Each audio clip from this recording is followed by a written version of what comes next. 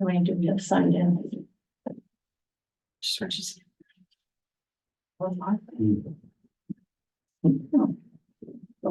People signing all six.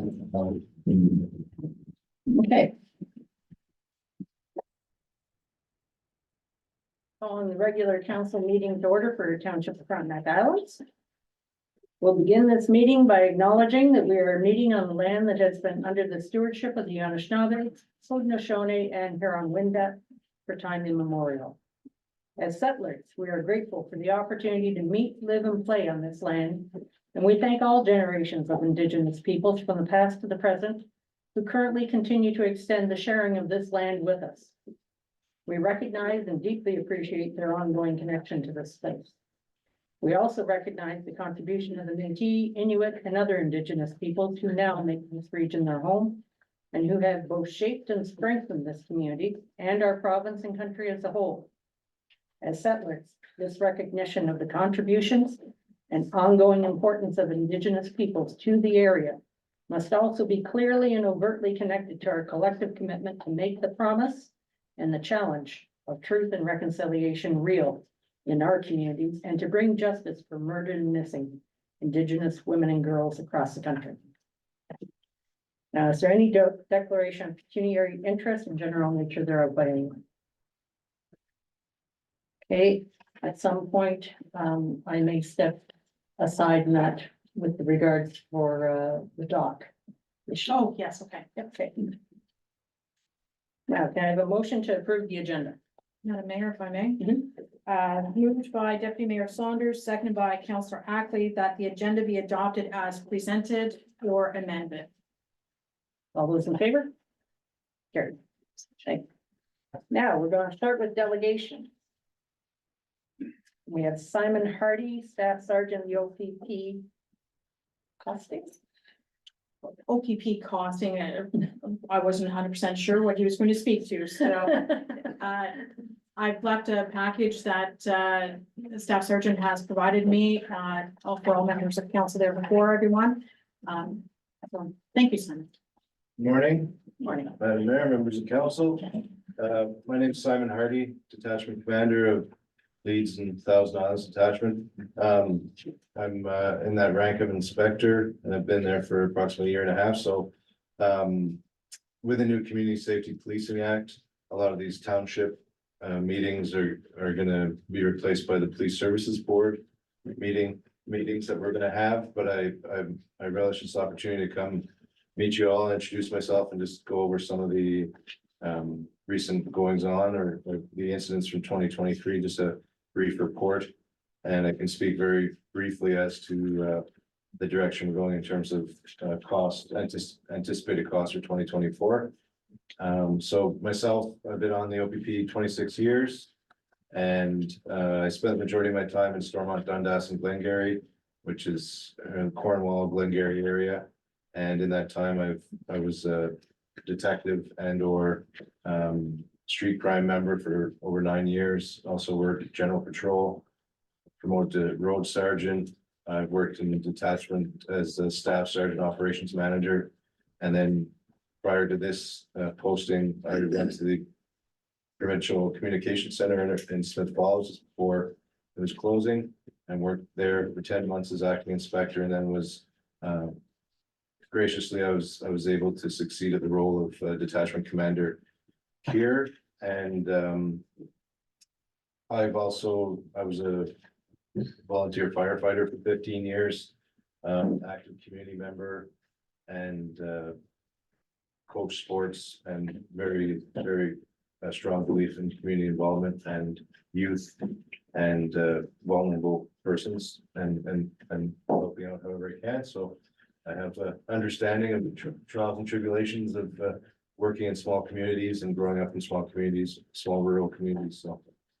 So we just prepared a brief report as for 2023, and just to introduce some of the programs that we have going on within the detachment.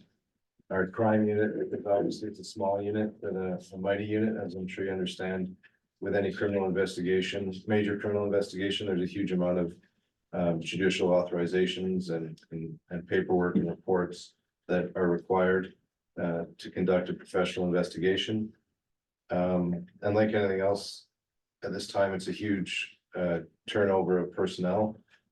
As some people are getting older, apparently, I'm not one of them, but as we advance in our careers, we get to see a huge amount of change, and that's definitely going on in our organization right now. And so with in regards to the Frontenac Islands, the crime unit did assist with a major firearms trafficking investigation last summer on Wolf Island, in which a significant amount of firearms were seized, including a 3D printer and what have you, which was just proof again that wherever we go, or crime can be present, and it's not a black mark on any community. It's just the reality of crime, and it's always been that way, I believe. But it's just shows again that you know, a major investigation like this with over 100 charges and numerous firearms were seized. And again, it was a good example of working in conjunction with CBSA, various units within the OPP, and a lot of other agencies to make sure this came to a successful conclusion. As I said, with community services, I'm a big proponent of that, so I've been trying to diligently engage our members in the community. And I know there's hockey tournaments that they have over here, and our members, I do promote foot patrol and what have you, just to get out and meet the members, because it's one thing to drive by in a car, but it's another thing to sit down and have a conversation with someone and get to know people and understand their situations. And with that in mind, something I'm extremely proud of is our mobile crisis response team. That's really hit its stride. It's been in place for about 1.5 years approximately, but almost 2 years. But so what that is, there's an officer who patrols with a social worker, and if there's a call that has a mental health component, they will assist and or take carriage of that investigation. Furthermore, it's also more vulnerable people, whether it be hoarding, senior citizens, elder abuse, and in this case, our officer is also the community services officer, so heavy involvement with the schools. And there's been some wonderful results from that, and we see that the benefits of that in that a lot of calls, if you look at the majority of police calls, more times than not, there's some mental health component. I'm sure even in this room, everyone, either personally or professionally, or one of your family members have had to deal with mental health concerns and or issues. And it's not a cookie cutter approach by any means. And this program we're very proud of, in that with the nurse and the officer, and the nurse does the social worker. So some of the programs have nurses, but ours is a social worker. They do the majority of the work in terms of the mental health side. And then especially in rural communities, as we know, a lot of programs are city centric or urban centric, and it's centered, and it's hard sometimes to get those resources. So the tremendous success we've seen with this is that families who are often desperate for some form of solution for their family members who are ill, and have sort of tried everything they can and really can't make any headway. There's a lot of great success stories in terms of our MCERT program, making those connections. And as I said, it's not a cookie cutter approach, and it's an individual approach to each. And you see that just in terms of the number of calls that are diverted from the healthcare system. So just on the Frontenac Islands, as we see, there's 18 calls that were diverted, 16 calls that were diverted, which means that because prior to that, traditionally the police officer would show up, okay, get in the car, we have to go to there's a bit more to it than that, but get in the car, we're gonna go to the hospital, which stresses the healthcare system, and in the end really doesn't help the person in crisis, the person who needs assistance. And so by there was 16 diverted calls, it's huge. And then we also have the voluntary apprehensions, which were 8, which is again just working in conjunction with the families, and as well as the people who are in crisis, because obviously they have their rights and should be treated with respect. And then lastly, just 2 involuntary apprehensions. So as I said, just moving forward, it's been a great success, and each week, our fabulous team keeps finding new ways to resolve issues. They're continuously training. And we recently implemented Project Lifesaver, which I'm not sure if you're aware of that, but it's through the Alzheimer's Society. And it's archaic technology. It's a wristband, and looks like an old TV antenna with a frequency, but it's more effective than any GPS or what have you. And you can find lost or missing person in buildings. And so we've implemented that program in Leeds, Thousand Islands, and some of our partner agencies, Gananoque and Brockville. So that's another great success there.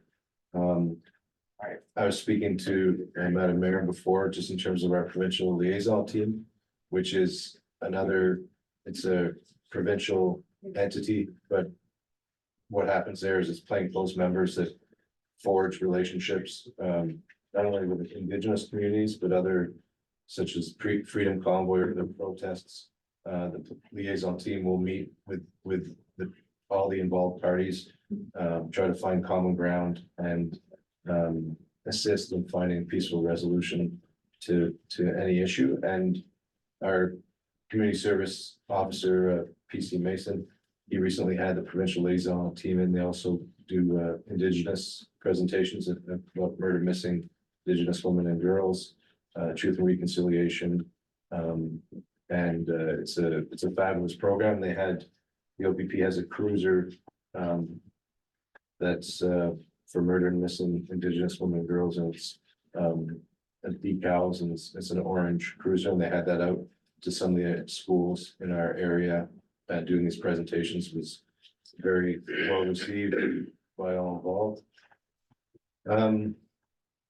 And just in terms of community relation or media, what have you, he's the one-stop shop. PC Mason also looks after that.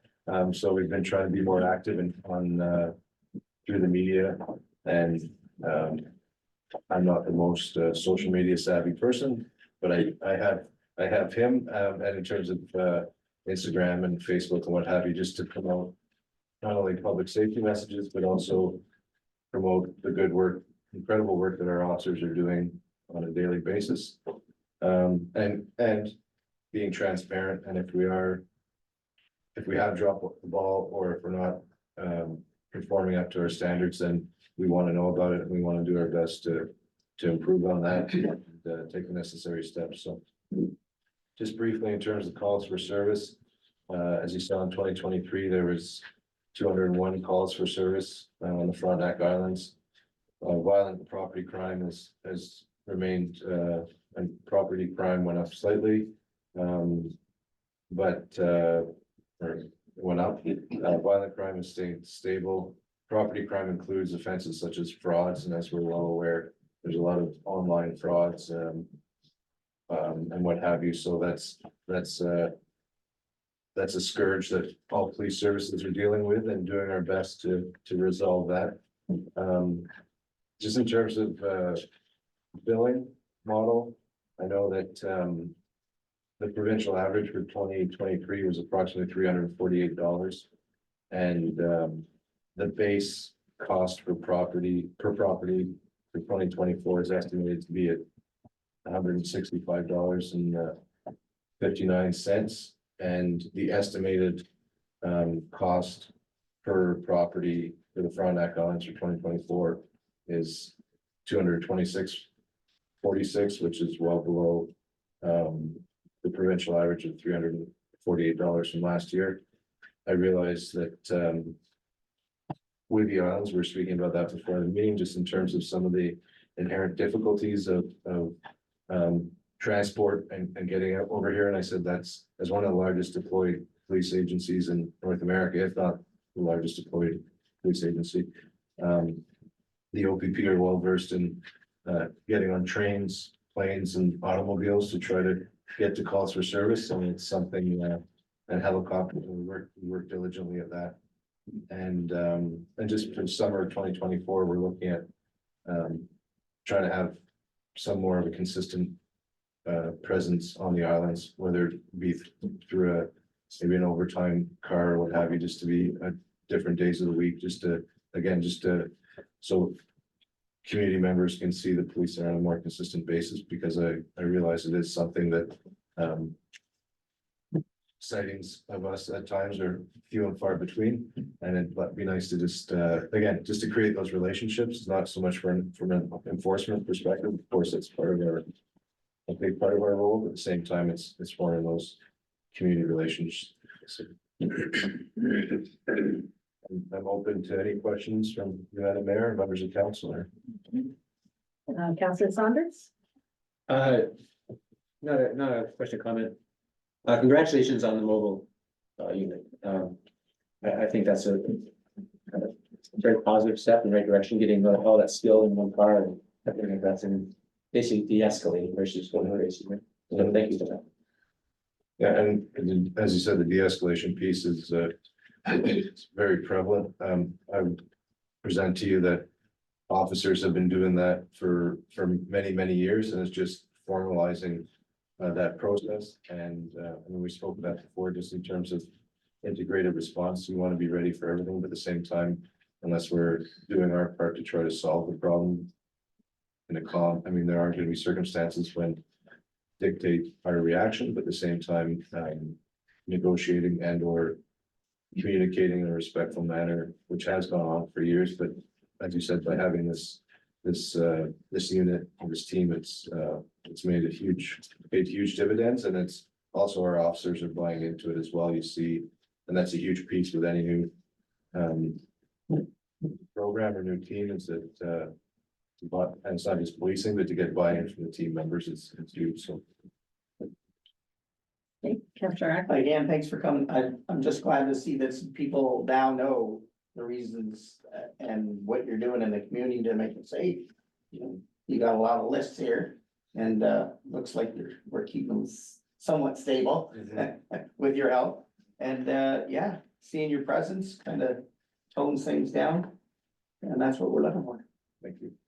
As I said, moving forward, I realize that some parameters will change with the new detachment boards. At the same time, we're more than happy to work collaboratively with all the townships because each, what's an issue here might not be an issue in the next township, which is of course logical, but we're more than happy to work together. Councillor Holden? No, I have, just thank you for your presentation. Good. Thanks. Okay, Councillor Flanagan? Yeah, same thing, actually. Thanks for the presentation. Thanks for getting those guns off the file. Big help in that. Thank you. Okay, and thank you very much. Question, we have, as I had indicated before the meeting, that Moosehead video, and you mentioned social media that it seems to tie in. If we sent you a link, could be spread also with you. Okay, Absolutely. wonderful. And when you're talking about the OPP and the boats and that versus Coast Guard and that, they can always tie up on one of our islands too, and that, and I'm thinking specifically towards the Marysville where there's a concentration of people and that, they can come and tie up and visit in that regard too. It's not always, when a vehicle comes onto the island social media lights up considerably.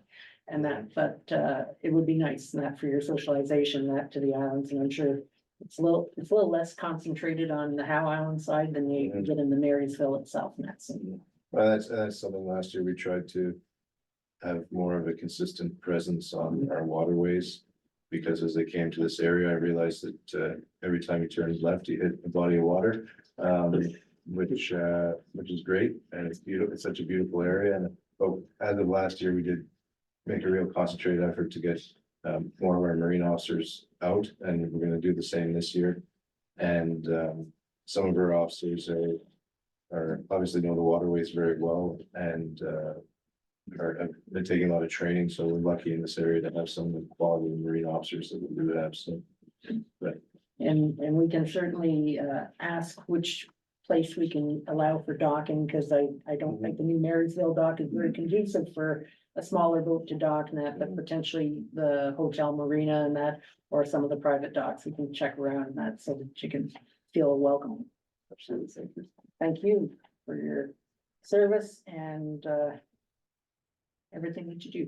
Thank you, Madam Mayor. As I said, we're moving forward. If there's any presentations or any way I can assist, please don't hesitate to reach out. But you have my contact. Moved by Councillor Ackley, seconded by Councillor Jablonski, that council thank Detachment Commander, my apologies, Hardy for his presentation today. It's Simon. Thank you very much. Thank you. Thank you. Okay. So now we have a second delegation.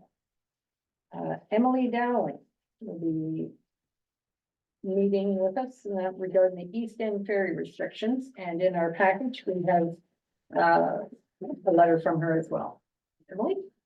Hello, Hello. How are you doing? I'm fine, thanks. So I had sent a letter last week, but I also just prepared some words for today. For those that don't know me, my name's Emily Dowling. I'm a farmer here on Howe Island. And I farm with my partner Eric McVeigh. I farm full-time growing vegetables with Eric and a team of 4 full-time seasonal employees. We operate a community shared agriculture program, which means we grow a variety of produce and put together weekly vegetable boxes for over 100 local households, primarily in the city of Kingston. Our customers subscribe to our program for the whole growing season and pay in advance for their vegetables. And then I go into town and I meet them with our prearranged weekly pickup spot between June and November. So I've been doing this for 17 years, since 2017, and it's my full-time work.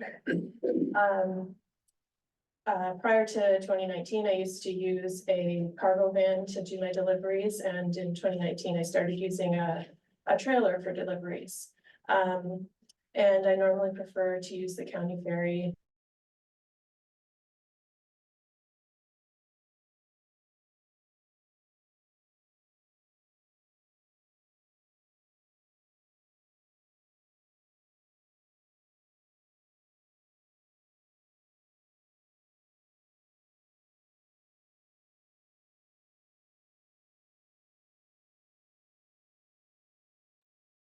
Bylaw addresses that issue head on.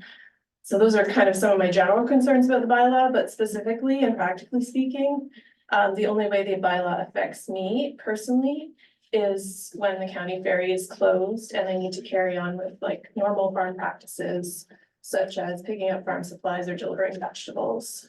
I think probably everyone's somewhat familiar with the Farming and Food Protection Act, but it was introduced in the 1980s and then updated in the 1990s to protect normal farming practices in Ontario. And the act provides a framework for conflict resolution between farmers, neighbors, and municipalities. And I'm sure that folks in this room probably understand that, like, as a provincial act, it takes precedence over municipal bylaws. So in order to learn a little bit more about that, I called OMAFRA on Friday afternoon and spoke to a very helpful person. And he explained to me how the FFPPA works and suggested that I share with you what I've learned. I mentioned before that the provincial act overrides the municipal bylaw. An example of this would be a nighttime noise bylaw. Like, let's say a farmer has a livestock protection dog out with the herd who is barking all night to keep predators away from livestock. In this case, it's fine for the municipality to have a noise bylaw on the books, but it cannot be enforced against the farmer due to the fact that having a livestock protection dog working with the herd at night is a normal farm practice. So that was just an example he provided me with. So he also explained that the FFPPA conflict resolution process, he explained how it works. He said that, they generally try to encourage people to resolve conflicts outside of the formal process and through civil conversation at the community level. And he said that if that were not able to resolve the matter, then the next step would be for me to register a restrictive bylaw complaint with OMAPRA. And since I was refused service in March, while trying to pick up some farm supplies with my trailer, when the county fair was closed, I think I could potentially make that restrictive bylaw complaint now if I wanted. But anyways, if I were to register a restrictive bylaw complaint, then my complaint would be assessed by OMAPRA engineers and a mediation process would begin. So there would be a back and forth between OMAPRA and the parties of the conflict. And then if it wasn't resolved through that kind of mediation process, then it could go to arbitration at the Normal Farm Practices Board, where a legally binding ruling could be made. So I really encourage you all to call OMAPRA if you're not sure what I'm talking about, or look up the FFPPA online. I think they have really good staff at OMAPRA. The number is 1-877-424-1300. And you can ask any questions there. You know, I understand that the township may have particular needs regarding this bylaw. I understand that people may have concerns about the optics of allowing me to board the ferry when others are not allowed. I think that any person who has questions could again be directed to the FFPPA resources online, or they could call OMAPRA. But I do think that a lot of Howe Islanders are already familiar with this because of some of the issues in the past with the county ferry. And so what I'd like from council today is assurances that I won't be denied service at the township ferry in the event that I need to carry out a normal farm practice with my trailer. I'm hoping that we can be proactive to avoid additional delays and stress at a time when there's already a long line at the township ferry. Would the township be able to provide training for ferry operators about the FFPPA, or could you issue a letter that I could carry with me to share with ferry operators? Thanks for your time, and I hope we can work towards a common sense solution to this matter. Thank you very much. Okay, Councillor Saunders. Thank you, Member. Anyway, thank you for coming. I know this is an important issue for you and we need to work it out.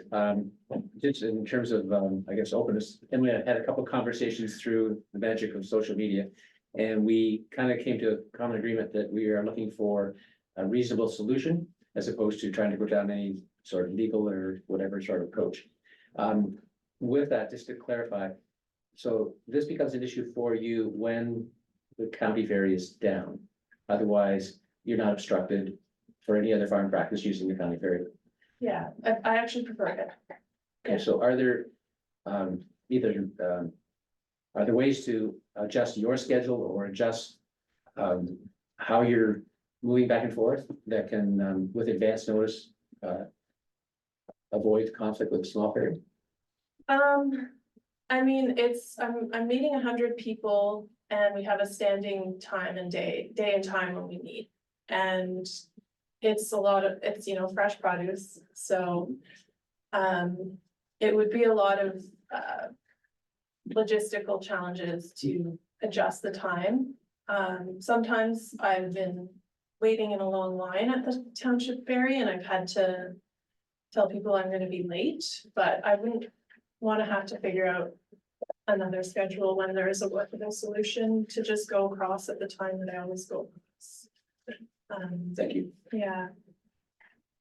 Thanks for the question. Please. Councillor Utley. So you said 100 weekly deliveries? Yeah. Is that like, so you go once a week or you go a couple times a week, and how many packages would you take? So I do have a few people that pick up here on the island, so I mean, it's probably around 95 or something average. And in the past, I've done 2 days a week. I'm only doing one this year, but it used to be Tuesdays and Fridays, and this year it's just Tuesdays. And would your vehicles be able to do it one day and then do it the next day, or you have to have it to take it all that day? Well, again, it is fresh Yes. produce and part of the value of the produce is that it is fresh. You know, we harvest it fresh one day and deliver it the next day and, you know, storage reduces the value of it. And again, it's the logistical issue of rescheduling people, like people have different nights of the week that they do things and if Tuesday night is the night that they plan to pick up their vegetables, then rescheduling to Wednesday or whatever is quite a hassle for me So, and for the customers. so the problem we're having though is that if we allow you, that means whoever can come with a cow trailer, horse trailers. If you think it's skinny enough or they think it's skinny enough, they're gonna pull on that ferry and we won't be able to stop them if you're gonna use this card that thinks she'll be allowed to go on. But it does state here, vehicle doesn't mention anything about trailers in this statement you put here. It, Statement? your letter you wrote us, it said vehicle, doesn't mention the word trailer at Yeah, all. in the first page it does, very with my trailer, in the second paragraph. Her, that's her trailer. Yeah. Yeah, I mean, no, but the restrictions that you wrote, I think you copied from someone and wrote it in here, did you not read that up there? Oh, Says you mean the vehicles. FFP? Yeah, Yeah, I mean, Yeah, if you so have it's a- questions about the Yeah. FFPA, I would really recommend that you give a call to OMAFRA because well, I'm not an expert, but I do know that like provincial acts take precedence over municipal bylaws. again, you were looking for reasons for why we would or would not want to allow you to go across. The problem is if we allow you, we allow everybody that has a farm plate. And I'm not even sure if you have farm plates on your vehicles, but irregardless of that, if they're a farmer, there's many of them on this island that have horses, cows, lawn mowers, they're going to cut their lawn at the farm, whatever. I don't think it'll end with just you. And then next thing you know, that everybody's arguing about a little trailer and the people on the boat aren't police, plus they narrowed our boat in. Like down there without our consent, they just went ahead and narrowed it. There's all kinds of stipulations to things and reasons why. I don't think we can allow one person when you could adjust yourself easier than we can adjust ourselves by far. I don't like- think you can stop me based on the FFPPA. I'm, Counselor Ackley, is there a question that you had for the presenter at this point? the question was, could she not adjust her? Yeah, and I think she Yeah. answered that, that. Yeah, take a vehicle that 2 you days have to get instead of a car one. 95 Because people. people have to leave the island when that other ferry's down too for cancer treatments, hospital treatments, whatever. So if it's one more trailer, you're gonna take up a lot more time. You know, and it'd be easier for you to adjust, cause I don't think people can get a 6-month doctor's appointment now or a 4-month doctor's appointment. And I was in the line last time and it was bad. There was a lot of people leaving when that ferry accidentally went down or broke something. And everybody had to go to this ferry. So, you know, I apologize for my But I don't point. hear a can-do attitude here, like, we need a solution. My trailer is very small, it's, if I have to take 2 vehicles, that's 2 spots as well. Yeah. So Just to me, it doesn't sound like you're trying to find a solution, you're trying to find a way to say no. No, there isn't a solution to the problem. Okay. We've given a fair bit of time and we understand your concern, Counselor Ackley. Thank you. And Yes. what I'm trying to do is go around to get the initial response from each of the councilors. So could we finish through? Sure, go ahead. Counselor Holton. Okay, I'm a farmer myself, so I do understand, but what you quoted, and I think we need to talk to OMAFRA and find out for sure, but what you quoted, I'm pretty sure was put in place regarding trucks on 400 highways. It was a time restriction, they couldn't travel on Sundays. And that's why it was originally put in. This mentions a time restriction and not every agricultural vehicle will fit on that boat. What we're doing is we're restricting what can go on the boat. So I mean, unless we get told by OMAFRA that we can, I think that there's other solutions, like maybe you can get a half ton or maybe adjust the day. I just see it as being a nightmare for the people working on the boat. You know, because anybody can come and say, farm product. There's no good spot to turn around, you know, on and sides, so. I would vote in favor of restricting the trailer unless we get word from OMAFRA that we can't. Okay, Councillor Jablonski. Thanks, Emily, for the presentation. Just, is it just curiosity question, is it a really big change to go from trailer to say, you had a cube van at one point? Is it something we can do that way instead? That way you have free access back and forth.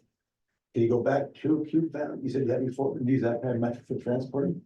I'm not sure if you're aware, but the cost of a transit or sprinter van is quite a bit more and like than just buying a cargo trailer. So you're asking me to invest, tens of thousands of dollars in a vehicle that, on the off chance that 1 week the ferry's closed, it's not a reasonable quest. One other thing, I'm just concerned too, and I'm sort of echoing some of the comments here too. We have people who work every day too with contractors and who actually work off the islands. It'd be a nightmare for the guys in East End Ferry to say, you can, you can't. I don't know how else to get around that. Open suggestions. Is that a question for me or? Yeah. I just think this, I was going back to the cube van idea because you mentioned you had a van before or a pickup truck would suffice. I'm just trying to say, try to limit the trailer part and we're home free here. We're good to go. That's all I gotta say. Okay, I'd like to give my 2 cents on this. And quite frankly, I'm in full support of ensuring that we keep our agriculture going on the islands. It's been the backbone of the islands forever and it still is the largest employer along the line. And the restriction that was brought forward to the council was presented to us as being related to a safety concern. So with that, is there a size specific that needs to be addressed for that? Because to impede agriculture leaving this island or agricultural activities is, well, we've already been down that road and that with the county ferry, and it was a legal loss. And agriculture has priority. So quite frankly, in that less than legal negotiation sounds more than reasonable to me. And that I don't want to have ferry workers put at great risk, but I also want to make sure that, on these exceptions that we are not impeding business, whether it's agriculture, and there's actually a trade act for tradesmen being allowed to transport themselves too. And if we, on a separate note, in that when we get to the county tomorrow or on Wednesday with a motion, and that if we meet resistance, I'm ready to bring that one forward too. That one hasn't been tested in court, but the agriculture has. So I'm going to look towards our chief of public works or clerk first, straight to the public works. Yeah. See if there's something that we can identify, agricultural vehicles that actually are safe to load that ferry when it's not low water. When it becomes low water, it's a different kettle of fish altogether because we don't have the ramps that can handle a lot. So through you, Madam Mayor, to members of council, and certainly I'm not interested in splitting hairs in terms of wording, but I think we really want to be clear with those that are here as well as the public. The agricultural vehicle or truck and trailer in March was not restricted in terms of we decided to, pick on this particular farm. The reality is with the ramps and the approach of that ferry, any trailer, regardless of its size, was not permitted, and that was based on the low waters. And so as much as we would like to be able to say, come and go whenever, like that's a reality, is that vessel is not, and the ramps to get onto that vessel is, it's got some flaws, and so there is very real challenges in the low water. So I think that needs to be clearly stated, and yeah, it creates a lot of frustration for people that want to come and go with smaller garden type trailers. In fact, some vehicles were unable to navigate on and off that ferry based on the vehicle design. Cadillac, Corvette, cars that are low to the ground. So you're scuffing the undercarriage and pulling the exhaust and various other things. The township had a claim against it because an individual tore the exhaust system off their vehicle and that was as a result of the low water. So there's a big chunk of the year where the low water is very challenging, and that's because of the ramps. In terms of looking at the Farming Food and Protection Act, it now becomes sort of a matter of interpretation and the application of the legislation. And when I look at section 7, part 1, it speaks about the bylaw that restricts the time in which a vehicle may travel. And really, dovetailing with what some of the members of council have said, there is no restriction of time. What we're looking at is suitable vehicles that can get on and off that ferry. So, you know, the agricultural community can come and go at any point in time during the normal hours of operation. It's the type of vehicle that they're bringing.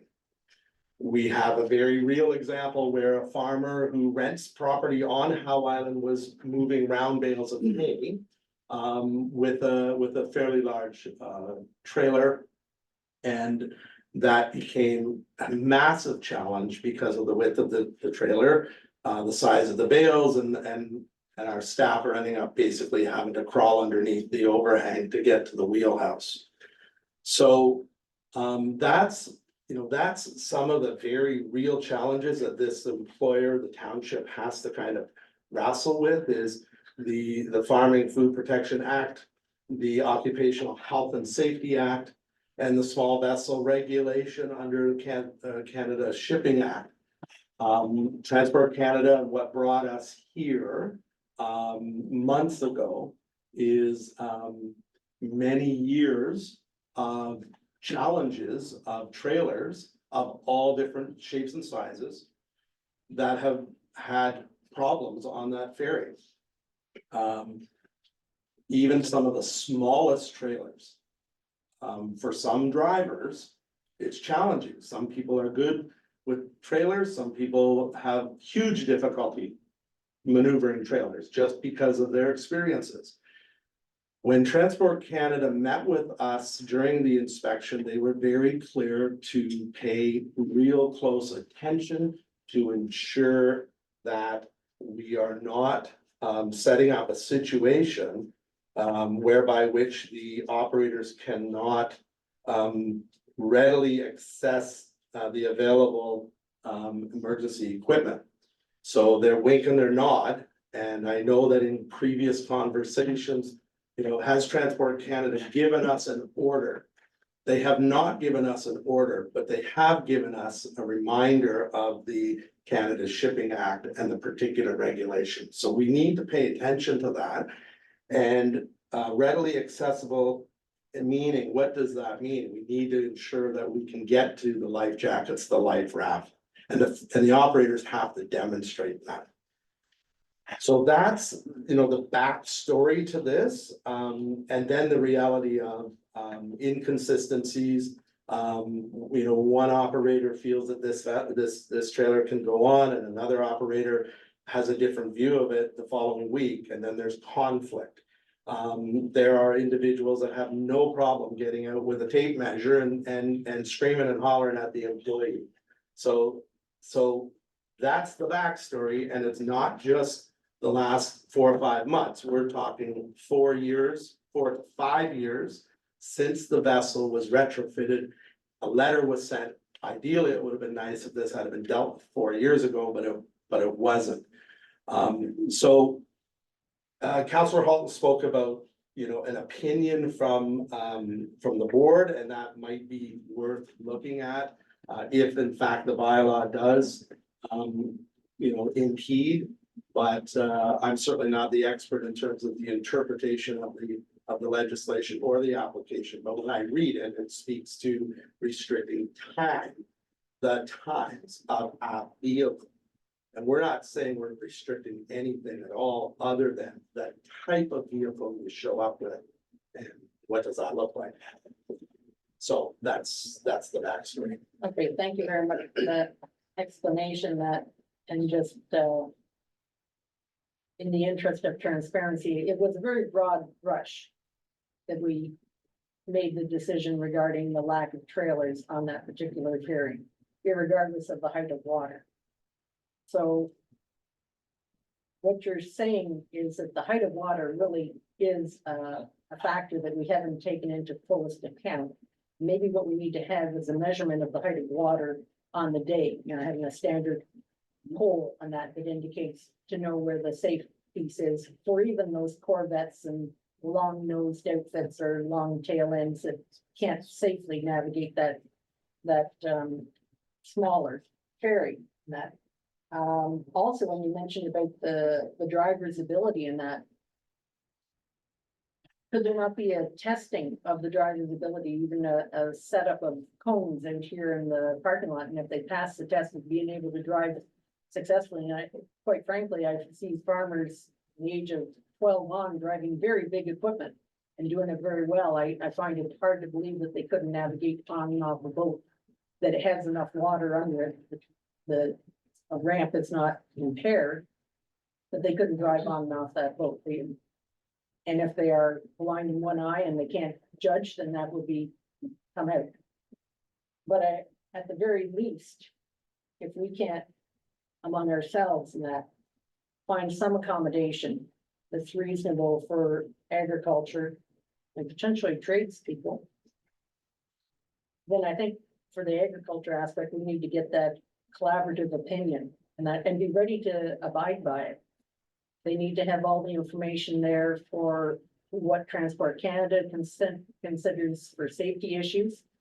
But it hasn't been a huge emergency for us up to this point in time. And if this bylaw has in fact threatened the livelihood of agriculture, I think we need to rethink that very seriously. Now, I wish the county ferry, which is the larger ferry, would keep going reliably, but I can't wave my magic wand for that. So on the exception of that, and as Ms. Dowling pointed out, it's her preference to use this larger ferry. But when she can't because it's broken down, I don't see us impeding the livelihood of agriculture as being a good stewardship on our part. Councillor, I think your point, Madam Mayor, is that what happens when the Wolf Founder breaks down, they can't take their products to town. Or their cows or get a fuel truck on or off. Yeah. It's the same thing. Yous can't though. Yeah. And they technically can't, it'd be like one of the other farmers shows up with 3,000-pound cows in the back of his trailer. We don't know what it weighs. You know, we got a truck and a trailer. We're gonna allow them, we're gonna allow everybody. That's the problem. And we are not picking on Emily at all here. This will be a whole package and our ferry operators will be police. And we're already having this situation. We went through it again Thursday night where one of the workers got pretty confrontational with, it started from the guy in the truck first, but it went two ways and I heard both stories from both guys. And we don't want that. We're just trying to make a solution like, you're more than welcome to come up. I have 6 trucks. You want a big truck, come aboard. I'm fully commercially insured. I'll work with you. If I can help you, I'll help you. But if we open this up to allow trailers to go through, we're making those people on that little ferry a hardship that they don't want. You know, and we can't afford to lose any more employees. We don't have enough for the big. We're gonna lose the little ones. Like that's where we're going with this. People are gonna get upset. And I'll try to work with you as best I can. I think people are pretty reasonable when they understand, but Chief? Through you, Madam Mayor, as well, and as much as I would love to think that people will just accept the fact that when they arrive and it's deemed that the trailer is too large. It would be nice if people would just accept that, but the reality is human nature is they won't accept it. and there's a reaction, and then there's a confrontation. And that has happened. I gotta tell you, and respectfully to everybody sitting here, not any of us have done a shift on that ferry. So we rely on the individuals that have the expertise, that have worked there for years. We have some new people, and we're trying to make sure that the new people understand clearly what the parameters are. But what's unfortunately happened over time is the reactions, the pushback. Some operators will buckle under that pressure and will perform, put the trailer on board and then find themselves with it jammed up. So we bring a tow truck to the mainland to get the trailer off the thing. Vehicle showed up last week with a full-size tree hanging out of the back of a half-ton truck with the root ball in the back of the truck dragging, and the tree was at least 12 to 14 feet wide. Now, that's agriculture. Now, the worker says that's not okay, but there was a reaction. And so why this has been brought again to this council is the staff, we owe it to them to provide parameters. What's an acceptable practice for the vessel that's there, that has limitations? I gotta tell you, it's probably the most reliable, and NTO has actually said this is one of the most reliable vessels in the area, but it has limitations. It's only so big. And the ramps and the approaches and all of that are all factors that we need to consider. And I know of agricultural folks that have amended or altered their practice when they're faced with not being able to cross the county ferry.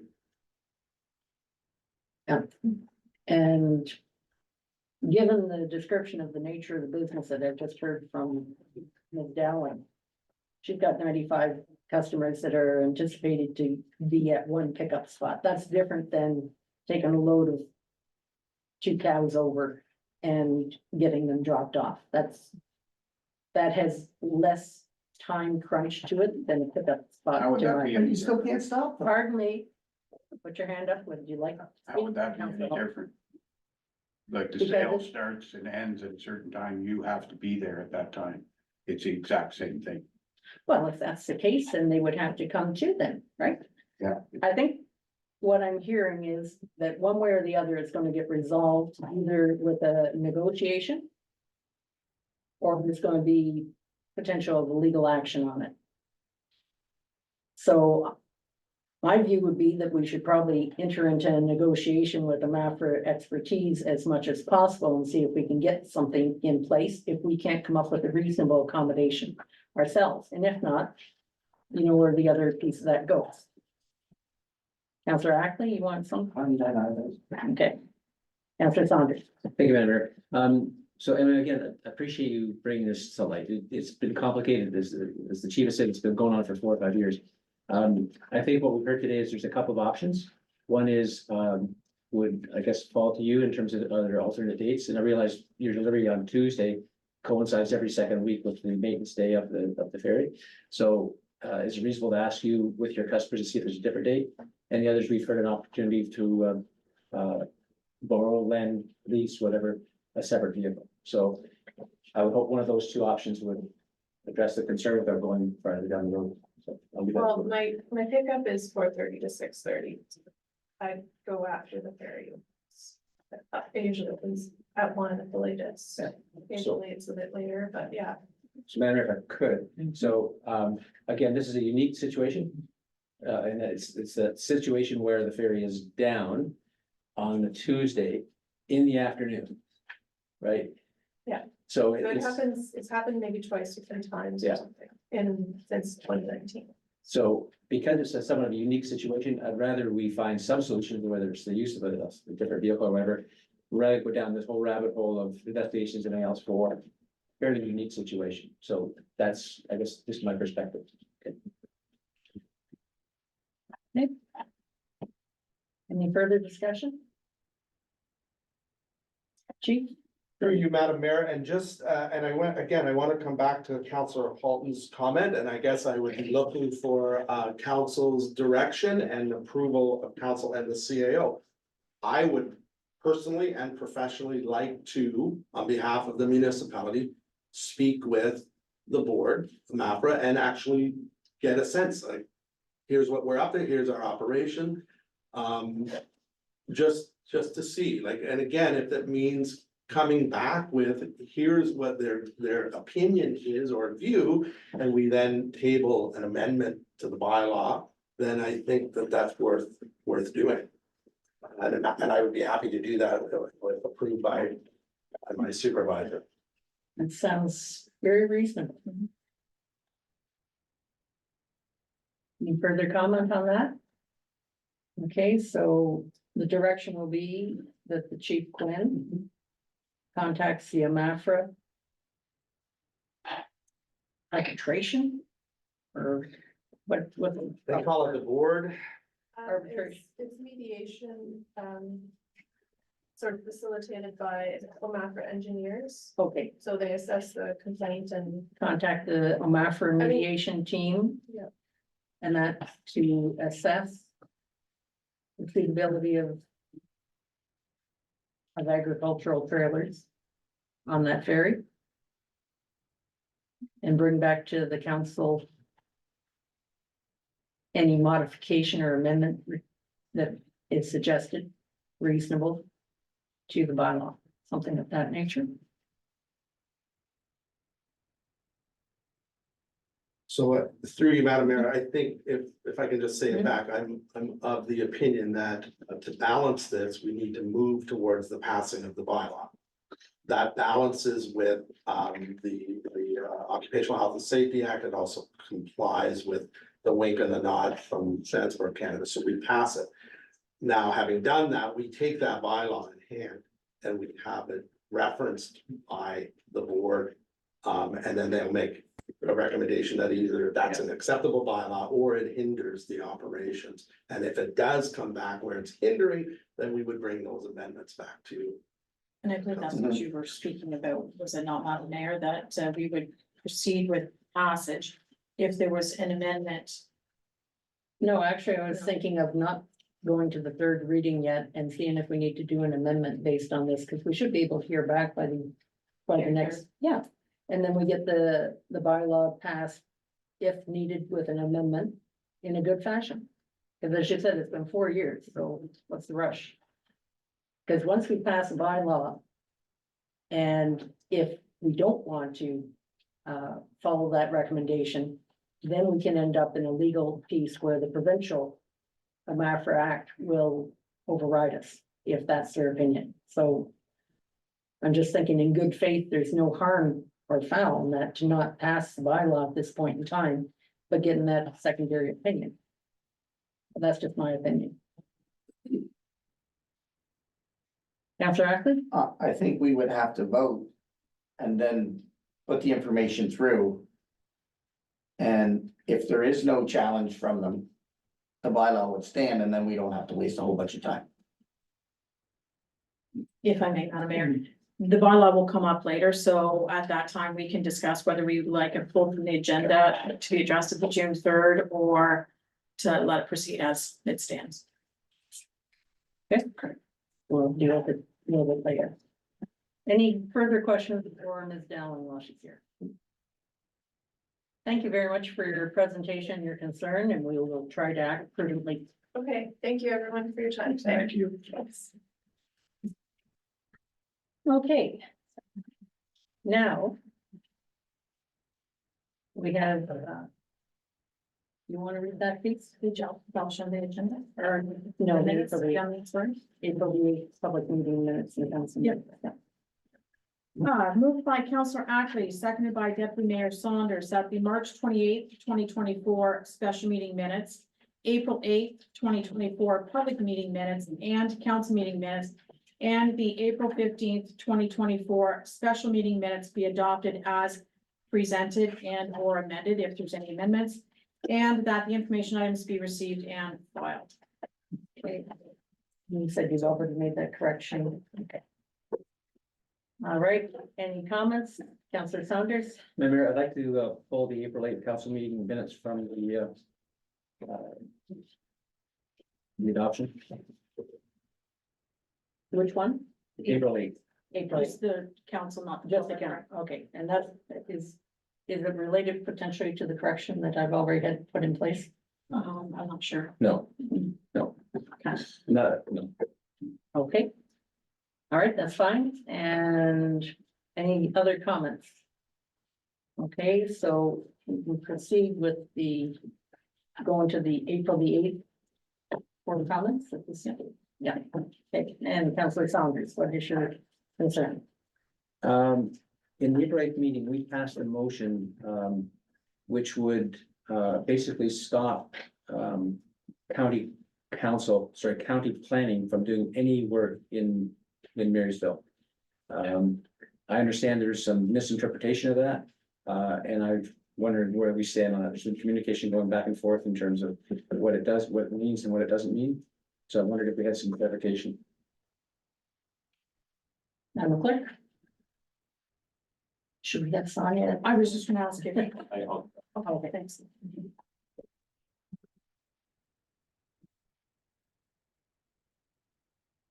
I'm not aware of the person's communication from them.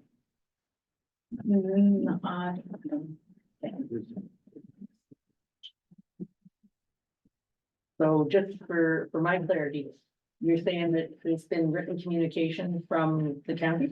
There was emails, there was an email train or whatever going back and forth after the passing of the motion. In terms of what it meant and what it didn't mean. With who? Various members of council, including yourself, I think. Yeah. So if I may clarify, Sonia, not to put you on the spot, was it yourself or Joe seeking clarification with respect to ongoing planning matters for Marysville Village, not just the secondary plan? Yeah, it's through you, Madam Mayor. There were two motions at the last meeting. One was with respect to the report done by the students and seeking direction on doing some engagement on that. There was a motion later in the meeting, though, that basically asked staff to stop all work with respect to Marysville. Now, I understand that there was discussion and there may have been an intent, but as staff and as sort of, I guess, bonus staff, the county and working for you, we take our direction from council as a whole, which is what is in the motion. And to us, the second motion canceled out what was in the first. And understanding that fiscally, you're trying to be very responsible with time and with money. We haven't since then done anything with that. One of the consequences of that is part of working with, I guess a bit of a spinoff from Marysville has been some discussions that our director has been having with some of the businesses on your main street. Trying to help them get some costing and some estimates, to see what it would be involved with helping get them some communal services, specifically as regards, septic services. So again, that has been put on hold again. To us, that second motion was very all-encompassing, and again, if that was not the intent, then we would like something formally back from council that provides that clarification. Just so that we're not putting a foot astray. Okay, and since I was the sponsor of that motion, I can certainly clarify that it was directed towards the expansion of the Marysville, as in the new development of the Marysville. The proposed 157 units. It was not meant to hinder the development of the existing Marysville in any way, shape, or form, and that's the Marysville secondary plan is about Marysville expansion piece. But if we need to put the word expansion in to clarify, to separate that out, then that's not a large issue to me. So through you, Madam Mayor, thank you. That clarification in writing would be appreciated because the Marysville secondary plan was for the entirety of the village. And the next most important phase is the zoning for the existing village needs to be changed. Because it does not currently recognize many of the businesses that are on your main street. So again, we can put something in place for the future expansion area that indicates no development is going to happen there until certain things occur. And that, one of that can be access via the ferry. But we would like to complete the rest of the work for the existing village because we feel it is important. It is your one settlement area that you have. And that's probably why the existing bylaw that, or motion that was before for finishing off what the students had done did pass before this one passed. And the intent was to finish off the piece with the students, get the feedback and call it a day, rather than go down the road further. So if we need to do a clarification, I can do a motion of that for the next meeting. And that for the clerk. You know, whether it requires a motion for clarification or can it be a direction of council? So if I may, Madam Mayor, if council is okay, I would seek direction from council authorizing staff to send a letter to the county planning. Clarifying. Your motion was for Marysville Secondary Plan, the expansion only aspect. And that will, I believe, cover off Ms. Bolton's son.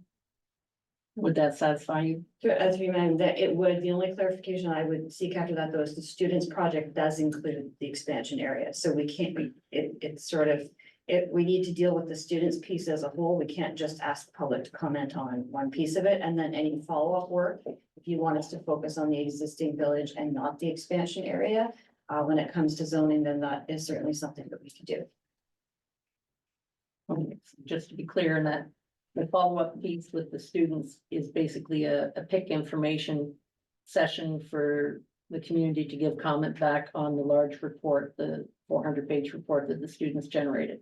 So remember, we haven't decided on whether there's going to be an engagement event as I know the students are done, and I would feel very odd about presenting work that I did not complete myself, but we have put the document into the public and we would like to receive their feedback before we do any further work with it. Yeah, because you wouldn't do any further work with it after the feedback piece at least. Well, the design standards that they've done will help inform the zoning that we still need to do. But we won't be doing the zoning for that newer section. Like I said, the zoning for the newer section isn't going to happen anyways, because we don't know what anyone is going to build there. So there will be some kind of holding symbol or development zone put in place for the entire expansion area. Then, and probably with some provisions that say, in order to develop here, you must do the following, or there are the following criteria. The actual zoning changes will take place on the rest of the village. How many hours are you anticipating to bill the county or the township for that? It's hard for me to tell, just sitting here off the top of my head. I mean, it's probably something we would work away at over the course of the rest of this year. I'm gonna say in the ballpark of, with both depending on the comments we get from the public and with the zoning, I'm gonna say maybe 70 hours.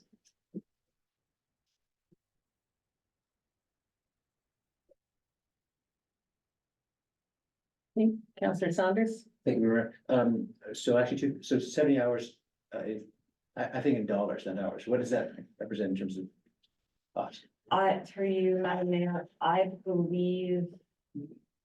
Again, we don't charge it on a per dollar rate, but I think if we asked the county treasurer right now, it would probably be around 120 to 130.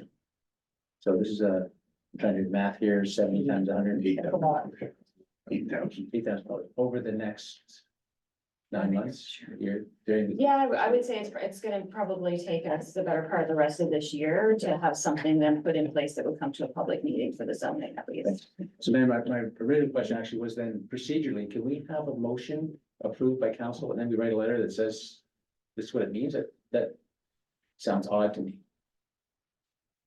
No, I was just simply seeking direction from council approving staff or directing staff to proceed with the letter of clarification from the township to the county with respect to the Marysville secondary plan expansion, which would include the work to be done by the students, well, not necessarily, but to receive the input on what the students have done and then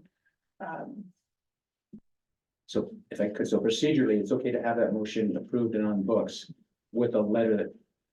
Addendum on it, like a letter that says, oh, here's what it reads. So if I may, Madam Mayor, what you would do is make a motion or advise that you would like an amendment to the minutes, because that's what we're talking about. For the clarification there. So we're going to make the amendment. So so that's the ball's back in my court, okay, then I propose you can amend this to the minutes, or whatever you said. Thank you. Through you, Madam Mayor, the only thing that what I would clarify and point out is that if somebody were to come forward with a proposal for lands within the expansion area, we would have no choice but to assist them and begin that process, whether it's pre-application, because it's outlined by the Planning Act. So you can not like a proposal and turn it down, but you cannot tell someone they cannot come forward with an application. Okay. So just, again, just for clarification. Is there a secondary step at the county level, because it's part of the official plan, that we need to move a motion forward on that for putting pause? I know the control is still back at the township for approval or not. I'm just asking. Through you, Madam Mayor, I think that if you're putting criteria in place in terms of qualifying what can happen when on those expansion lands, that's probably best done through the zoning, which is at the township's level. At the official plan policy is really to kind of set the direction for the vision for the future, which has been done. But if there are technical reasons why something can't go forward, the best tool to use is probably the holding symbol in the zoning bylaw. There's no such thing as a holding symbol within the official plan. Right. Okay. Building symbol. Okay, and just for the benefits of those that are less familiar with the Marysville secondary plan. It was on the impetus and understanding that there would be a dual ferry service provision to Wolf Island that would allow for regular commuter travel. As you know, we've had significant issues with the electric ferry that still isn't in service. And will only be an 80-car ferry at an undetermined schedule at this point in time, so bringing more people to the island isn't in anybody's great interest when it's already a 2 to 3 hour delay to get off the island or to the island.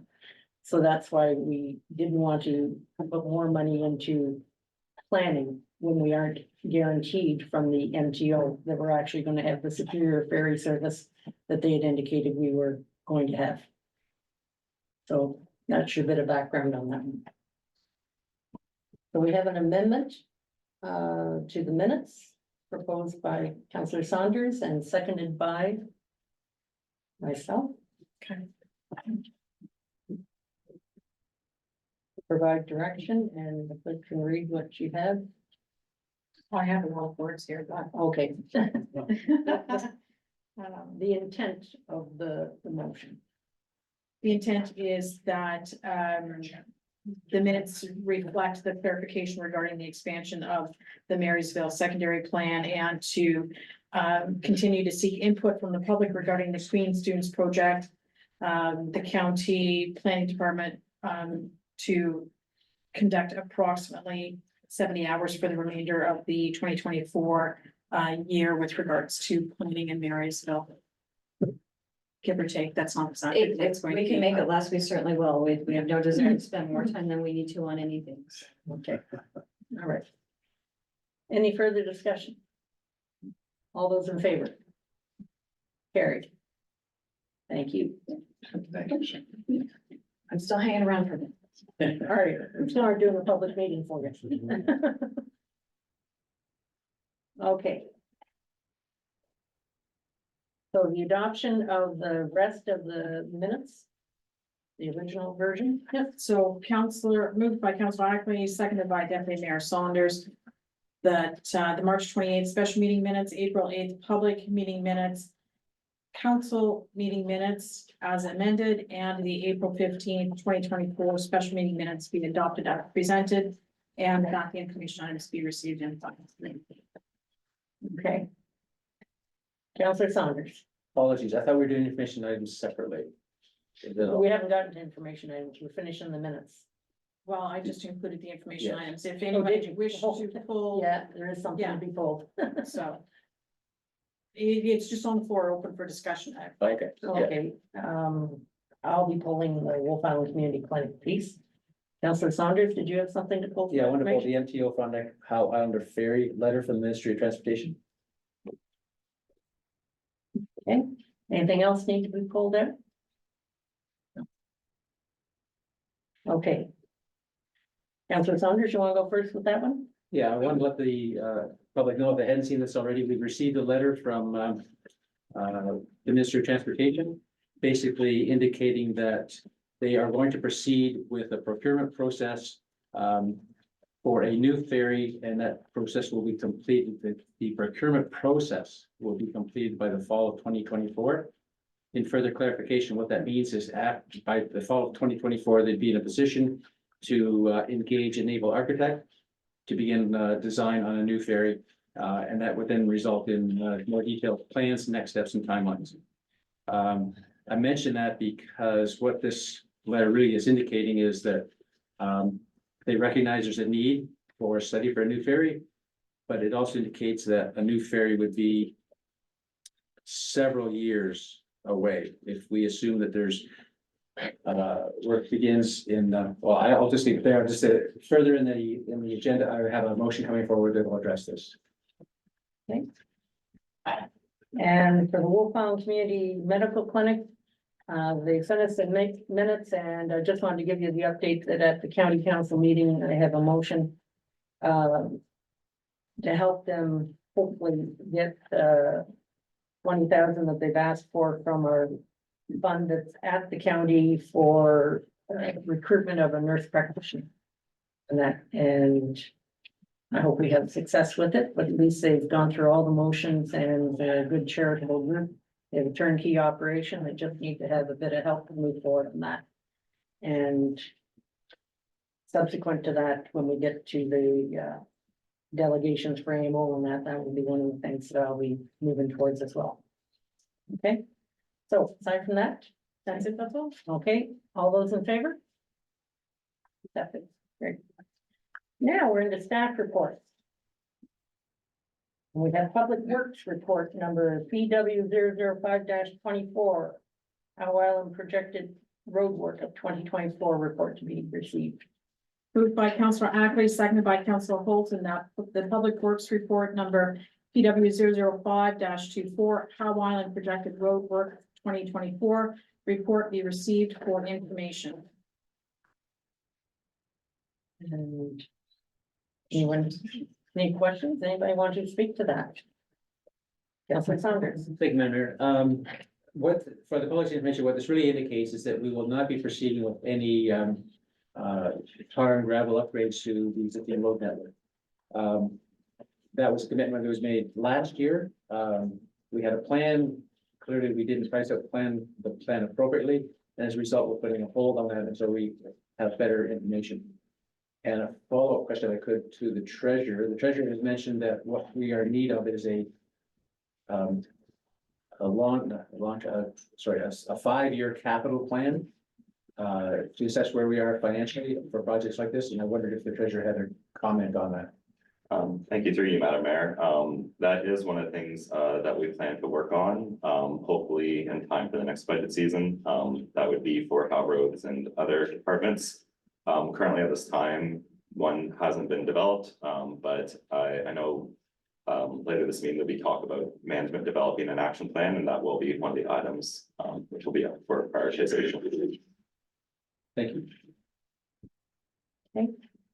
Councillor Ackley, No comment. Councillor Hilton. No comment. Councillor Jablonski. No. Okay, I just have a quick question about the overall cost of the liquid calcium. And that's not the solution that I brought you the sample of. No, Okay, just wanted to check. This is what we would normally put on. yes. Okay, that was my only question. All right, so all in favor of accepting this report? Carried. Next, we have PWO 24 Howe Island, May 13th. Oh, PW 006-24, Howe Island. Ontario regulation 391-21, future recycling in Ontario, correct? Okay, Moved by Deputy Mayor Saunders, seconded by Councillor Ackley, that Public Works Report number PW 006-24, Howe Island and Wolf Island, future of recycling report be received. any questions? Councillor Saunders? This has some long-term impact. I'm wondering whether or not it'd be appropriate for the lead of Public Works, to get the title right, to expand on the letter, if that's appropriate. Okay, Chief Quinn? So through you, Madam Mayor, to members of council and I've been working closely with Keith Greenwood from the Wolf Island side because it impacts both islands. What this is really about is the Ontario government moving towards a system whereby which they have a recognized handler of all recyclable materials across the province. This particular report speaks to the existing systems whereby which, let's really just drill into Howe Island, Wolf Island, as you bring your recyclable materials to a depot. They're collected, they're then trucked off to Kingston by a third-party hauler. The city of Kingston accepts our recycling materials and we pay them a fee, and a very, very tiny percent of that material actually gets recycled, and a big massive amount goes to landfill.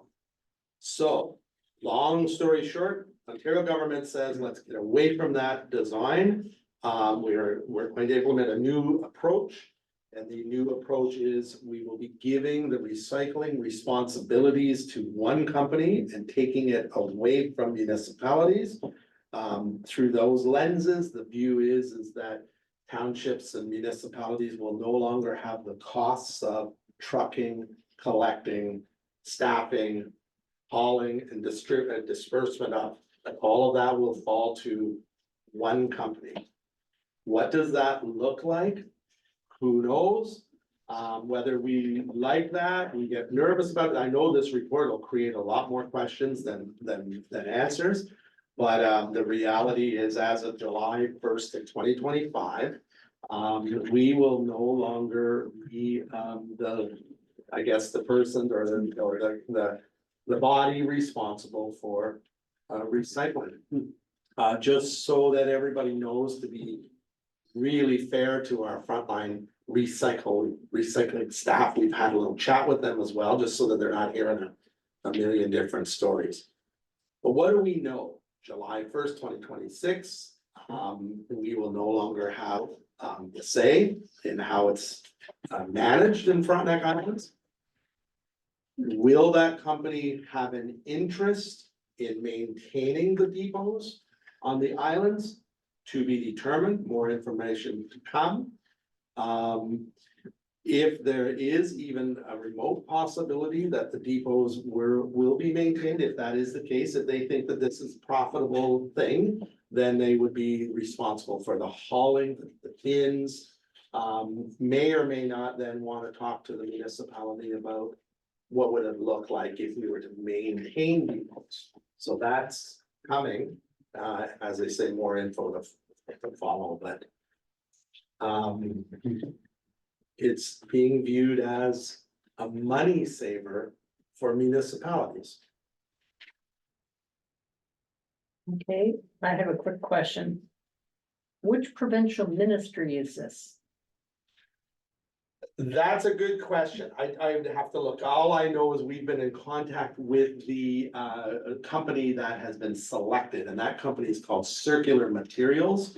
And Circular Materials manage, it's a similar model in British Columbia as well as the East Coast, some of the East Coast provinces. So Circular Materials is the lead, and yeah, we're in conversation, keeping the CAO up to date as best as we can, as to what the future may hold.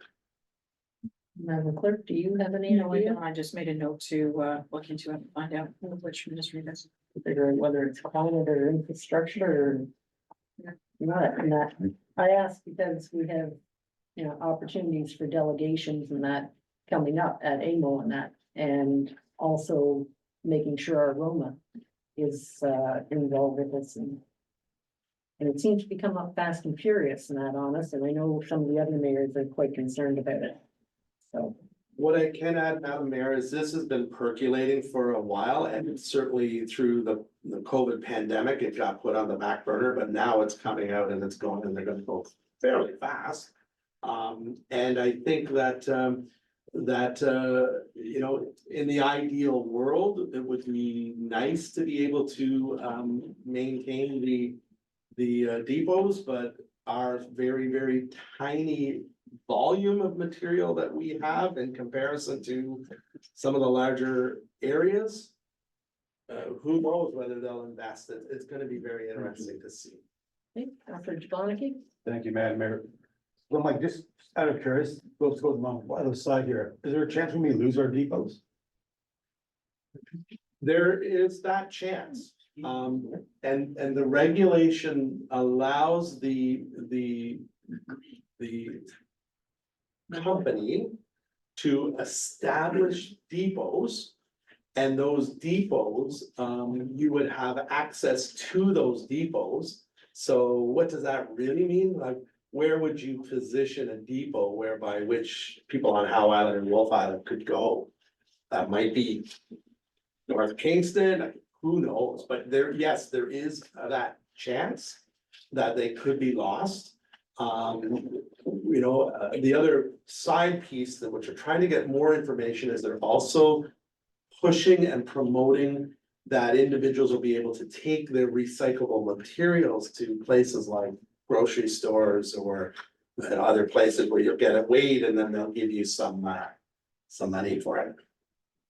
Okay. Sounds like there's lots more information being uncovered on this particular one. Any further discussion at this time?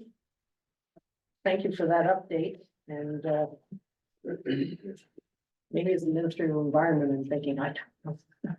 We'll have to find that out. Okay, so we need to pass that. All those in favor? All in favor? There you go. Okay, now we're at Public Works Report number 007-24, Howe Island Community Foundation for Kingston Area Grant. Moved by Council Ackley, seconded by Deputy Mayor Saunders, that Public Works Report number PW 007-24, Howe Island Community Foundation for Kingston and Area report be received, and further that council accept the grant for Howe Island Fire and Rescue stemming from the application submitted. Right. Any discussion? Counselor Saunders, No, thank you, Madam Mayor. Counselor Ackley, No, thank you. Counselor Holton, No, thanks. Counselor Jablonski, No, thank you. well done. Thank you very much. All those in favor? Okay, finance report. FN 003-24, 2024 Wolf Island Early Years Center proposal for funding. Moved by Councillor Holton, seconded by Councillor Jablonski, that finance report number FN 003-24, 2024 Wolf Island Early Years Center proposal for funding be received, and that council approved incremental funding in the amount of $2,000 to be funded by the Wolf Island Wind Reserve. Okay, and our finance treasurer, would you like to speak to this? Thank you, Madam, through you. So with regards to this, we received a letter, included under Culture and Rec for community initiatives. There was the initial $5,000 allocation for budget. I think that has been recurring, as far as I'm aware. So, their request for $7,000 would be at a $2,000 incremental cost. Just speaking back to the 2024 budget, the majority of the wind reserve or the wind revenue for this year is being put in reserve. So we do have the funds available. The $2,000 is not a large sum compared to the wind money we're getting then and put into reserve. So that's why it's my recommendation that it would be used to fund the incremental 2,000. Thank you very much. Counselor Saunders, No, thank you, Madam Mayor. Counselor Ackley, Counselor Holton, I just, I know that we have, not increased that amount for quite a while. I know at one time in talking to them, they were looking for maybe $10,000, so, and given our situation with our schools, I think we should endorse this. okay, Counselor Jablonski, No questions, thank you. okay. I know that council early on in the budget process, asked that any of the previous recipients of grants be contacted because it has been an unfortunate habit that it comes in drips and drabs after the budget is passed. So it's before your time, and probably before your time to know, and hopefully, next year prior to budget, everybody that has gotten a grant from us gets contacted ahead of time, so we have the accurate figure. The only question I have on that is, and you wouldn't probably have the information, is how many kids are they currently serving? I understand it's at the United Church Hall at this point in time, is that still correct? Yeah, through you, Madam Mayor, the only information I had was the letter, which I think was included with the staff report. Just to speak on, reaching out to the community groups regarding funding. I know the plan is for the next budget, and this can be further discussions on the preferred approach. One, you know, we can reach out to the groups beforehand, make sure it's included in the budget, or give them an opportunity during the budget meetings to, you know, plead their case to why they need the funds. Alternatively, in the budget, we can, you know, set aside amounts that are unallocated, and that could be issued out through community grants. So again, as for now, it's neither here nor there, but I think for the next budget, at the very least, the groups that have received funding annually will reach out to give them the opportunity at budget, you know, if they think they need more for their operations, to plead that case. Thank you. Yeah, to me, since they're asking for money, it'd be nice to know a few more of the details, a small report of, you know, how many kids they serviced, what they spent their funds on, et cetera. Like they do raise lots of money on their own, which is wonderful, but the fact that, you know, we don't have enough information. Yeah. We need to have more information in support of our schools, because that also ties into it as well. Okay, any other questions? All those in favor? Passed. Okay, now we're at the finance report, 004-24 2023 operating expenses financial report. Moved by Counselor Jablonski, seconded by Counselor Holton, that finance report number FN 004-24, the 2023 operating expenses financial report be received. And Treasurer, would you like to speak? Thank you, Madam Mayor. So, this report, the main purpose was again to start giving kind of council a picture of where the financials are and try to provide more up-to-date information. So this report for now was just operating expenses for 2023. And basically it was looking at how did we compare to budget. So just reading the report, if there's a negative variance, that represents where we overspent compared to budget. So actual spending was more than budgeted. I included kind of the large areas where we'd see, with any department, you're gonna have, you know, every single line item is gonna be up and down. I just wanted to highlight what were the main determinants for whether we spent under or over budget. Just with that, if there is any specific questions, I'd be more happy to answer. Overall, I would like to just note that the township, with respect to operating expenses, performed, I would believe fairly strongly. There's an under 2% variance compared to budget, so it's good to see department heads. You know, we're taking steps to try to stay within budget. And that being said, sometimes, you know, you'll see department go over budget and another goes under. There are, I believe, decisions made throughout the year. Where, you know, you'd have to choose what to spend on, so. With that being said, I leave it to any of the councilors or you, Madam Mayor, if you have any questions, and I will try my best to provide an answer for you. Okay, Councillor Saunders? Thank you, Madam Mayor. Thank you, Jesse. So just the 2% on almost $5 million worth of spending, we overspent by 90,000. So that's, I just want to put that number in perspective for people where the percentage might not. So I would say it's excellent performance. I did have one specific question. How waste? It's showing as underspent by $24,000. I thought we had a contract. I don't understand why it was underspent. I think, again, from what I tell, it could be volumes based. When I looked at that on the details, that is just what we had reported as contracted services, so that $45,000 is primarily there. I know, yeah, so with regards to that, again, still getting brought up to date, so if there were kind of specific areas of the contract where it would be fixed, I'm not sure. I assume there was a variable component to it. In other words, we might have less waste being processed through our our waste and recycling centers right now on Howe Island? Yeah, so Okay. again, yeah, the contracted services would directly tie to the processing of said waste. Right. Yeah, and Chief Quinn, if you wanna provide some input or insight. Through you, Madam Mayor, the absolute factor here is there has been a real focus on the shipment of the bins and ensuring that the bins do not go until they're completely, literally jammed full. So what happens is every time you take a bin, it's, you know, $300 or $400 or $500.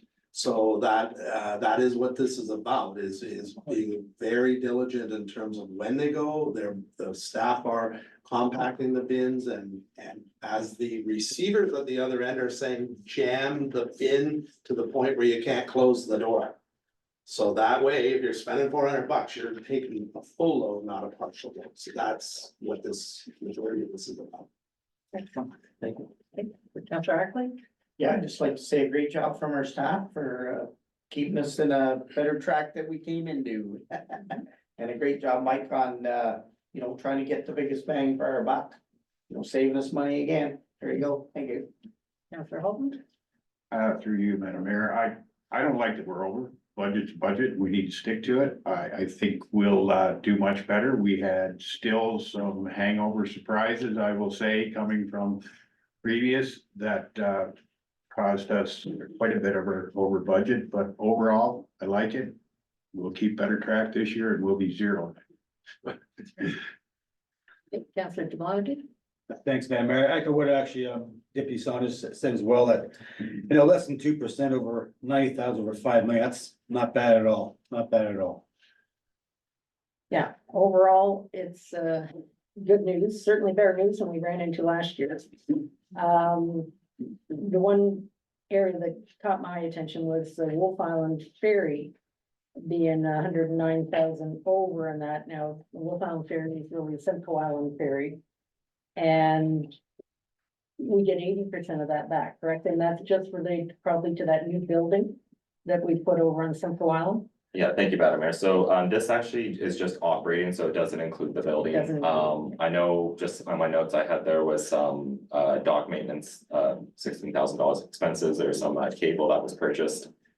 Just to speak to that as well, so this is just the expense side. So if we're over $100,000, we're still getting reimbursed for 80% of that. So the actual hit on the township, if it was 100,000, we're only actually getting hit with 20,000 cost. That makes us all much happier. Thank you thank you very much. Any further questions? All those in favor of receiving it? Great.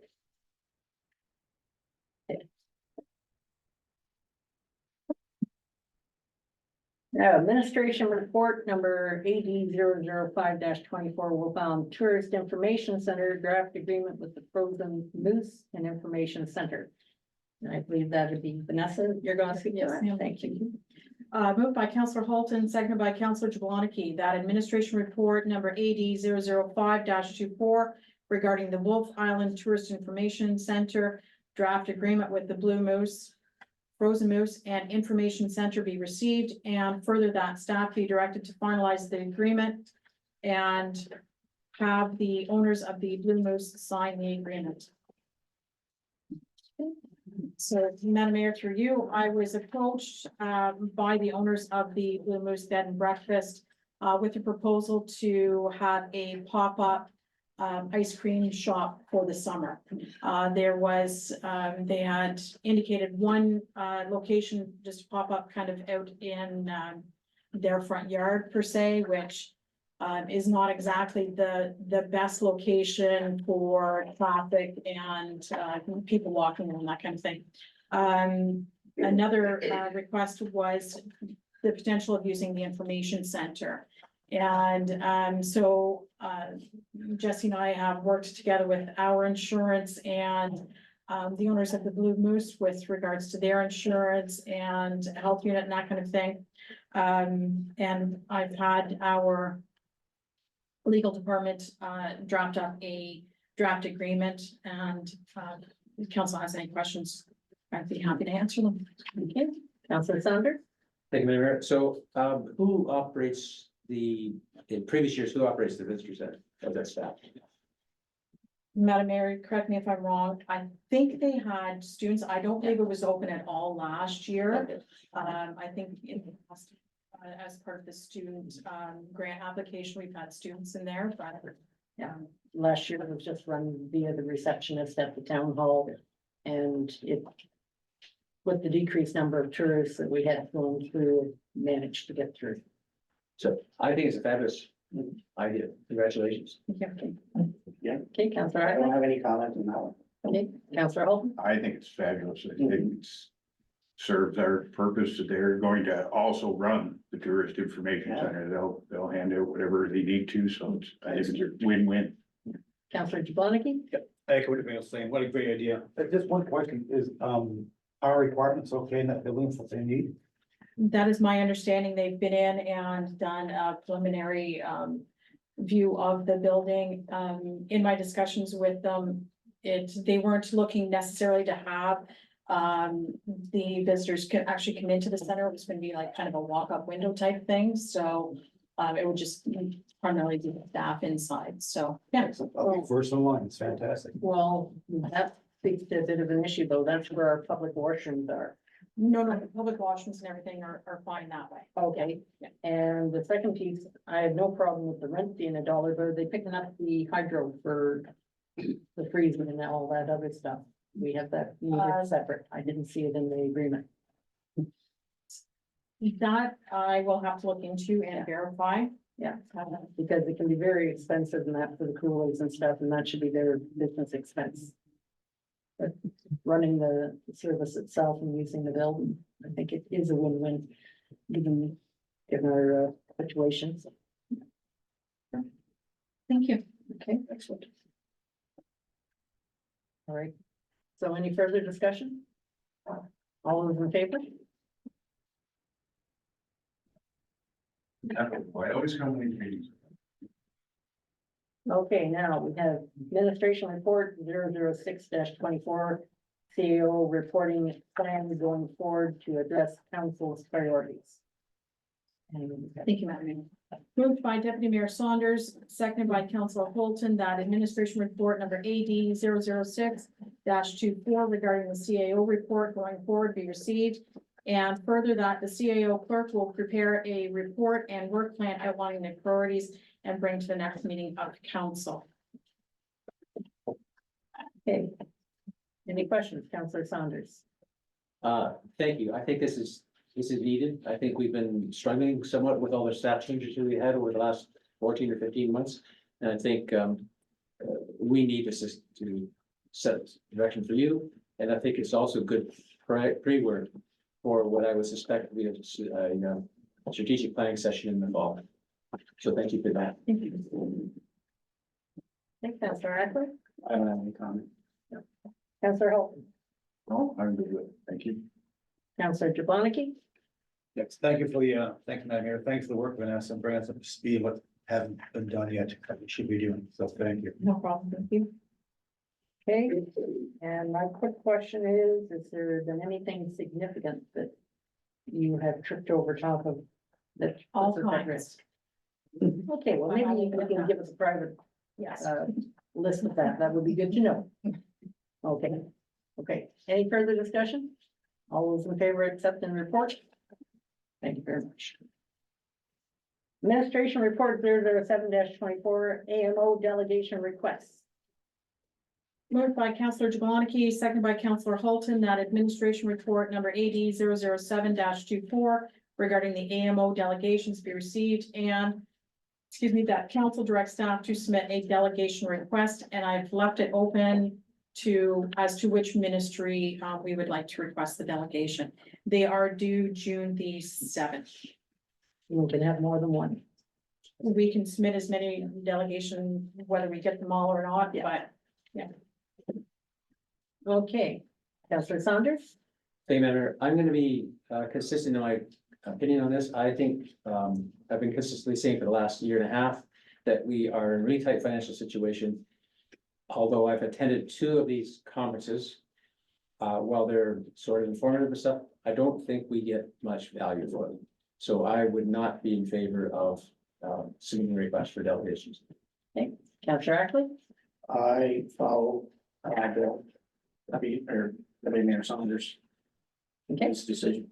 Counselor Houghton, Yeah, I don't see any pressing item to, I mean, I guess there's always a delegation that we send, but, and then I'll depend on who goes, and we did pass that everybody's paying their own way, so. Counselor Jablonski, I wish these conferences actually show some, some kind of benefit. I mean, the transport ministry, I mean, the health ministry, health ministry get a hold too, but I'll be honest, I just feel this, we don't get any bang for our dollar. It seems more of a networking, maybe event, possibly, but as I said before in previous meetings, the other previous CEOs, the yield of these things is very, very, very little. So again, if we had the money, I'd say, hey, let's go do 3 or 4 delegations, but we don't. Again, we just haven't seen any positive results in any AMO conferences that we've been to. So just comment, so. okay. Well, I've had a different experience at the conferences and that, and when I had the delegation of MTO and that, and I got to present first time with Carolyn Mulrooney. The information was not only well received, but she was providing direction to her staff right at the table to address our issues. Having that one-on-one is very important. Second time around, that meeting with Cranby Sakara. Again, face-to-face with the minister responsible to have him understand that the concerns of a relatively small set of communities have a very big and significant problem. And for a provincial government that has an agenda of build the economy, build the housing, develop to the hilt, we're being constrained artificially by the MTO, and he needed to hear that, and he heard it again at the Good Roads Conference when I met again with the Premier. I met him at the AMO, and I also met him at the Good Roads. So I do find a great deal of value. Getting the inertia of MTO moving is like the Titanic. However, everybody has a boss. And I do believe getting to the higher levels, and that's what these conferences afford us, is the opportunity to meet them face to face and provide them with accurate information and impact from the community, is the only way that they'll hear from us, unless they miss the global news report or the CKWS or whatever else. And that, this is a decision-making group. And I am signed up for the AMO, and I do have a budget for myself, fortunately. And I do think that we should ask for delegations, not only for the Ministry of Transportation, but also for health. And that where we can address both the paramedic situation as well as the isolated rural and remote request of the medical clinic on Wolf Island. Infrastructure, because when we're talking about roads and we're talking about small populations, letting them know what it's like to try to find a budget to keep our roads in play and making sure that we're not overlooked. For an example, they came out at the last conference, AMO conference, they were talking about infrastructure money for water and wastewater that would only start for large cities, nothing for rural. So with the outcry from Roma, as well as information presented to them right at the meeting, that they have since adjusted 10% of that money is supposed to be heading towards rural. And since then, Canada Mortgage and Housing has also stepped up in that to help with stuff. But these conferences are networking opportunities. And aside from networking and getting as many delegation requests with good information provided to them is important, the vendors are also there. And later on, I'll be doing the report of the Good Roads Conference that I attended. And one of the first things I did after the fact was sit down with our CAO and provide her with some very valuable information that's currently still being circulated. So especially being a small community, we don't have a huge staff. This is a concentrated, compressed study that you get when you're there, and opportunity to ask a lot of questions from important people. So I think we should be optimizing our request for delegations and include transportation, health, infrastructure, And I can't imagine that the county won't be asking for some of these delegations as well, but as a township. And these are our specific pieces too. Currently, if we find out which department it is, ministry it is for the recycling. That would also be one, and it might be Ministry of Environment, I don't know. And that, but I think that this should be our time to shine. When I've made presentations, because other counselors did not come, and that I was the sole presenter. That said, I came prepared with support from letters of support from mayors, et cetera. And with that, we've at least gotten the connection to the parliamentary assistants, the deputy ministers, et cetera. And there has been action moving forward. So that's the good news. If we don't try, we won't be heard. Hey, Councillor DeBonnicky. Yeah, thank you, Madam Mayor. I think our definition of valuable are two different definitions here. Valuable to me is we go to AMO, we make a presentation to a minister, and we see results. That is valuable to me. We go to an AMM delegation, no matter how many we have. Oh, our minister's changed seats now. Now it's falling apart. She gave direction to help, and that's great, but it got lost from the new Minister of Transportation. So valuable to me is doing something and getting returns for it. That's my definition. So if we don't get that value back, I cannot justify the costs. I guess is my worry. That's all. All right, so the question really goes back to, because as I said, I've already been signed up and I will be going. And if no one else wants to join me, that's their choice.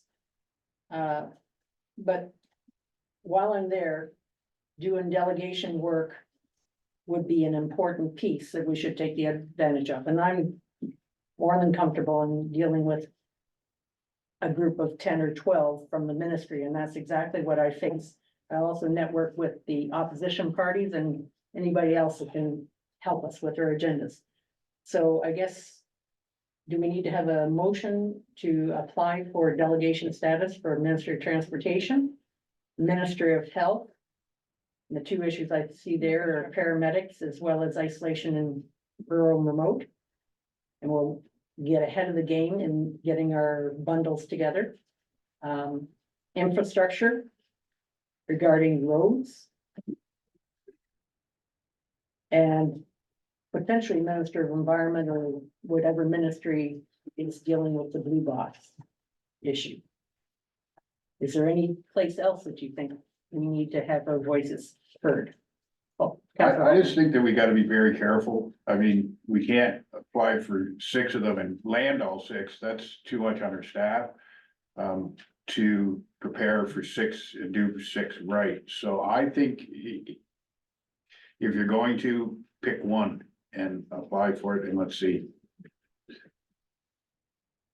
It's a 3-day conference and the update that we'd need to do on transportation that I think, did you find a donors?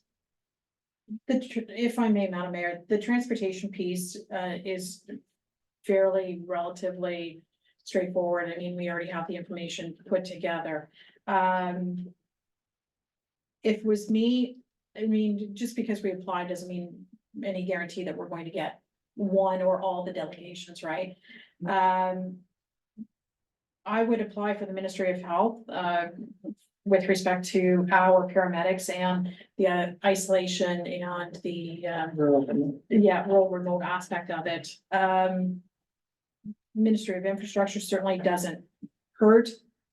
Maybe Ministry of Environment, not so much right now, because we don't know, and there's more information coming with respect to the recycling, and it doesn't take effect till July 1st of 2025. So if more information comes out, if we attend Roma, we can always request a delegation at Roma if that's the case. Right, and so the roads aspect for infrastructure would dovetail the report that's already being generated for the long-term approach to our roads. So it would be. Oh, a summary. the 5-year capital. Yeah.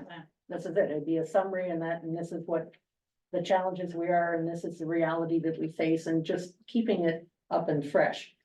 The isolated and remote, again, that comes from the medical clinic, so we can engage them to help us with that. And paramedics, Counselor Jablonski, does your group have any expertise in that or any further report? We have, thanks, man. We have actually a couple contacts up in the Ministry of Health now, that we've established,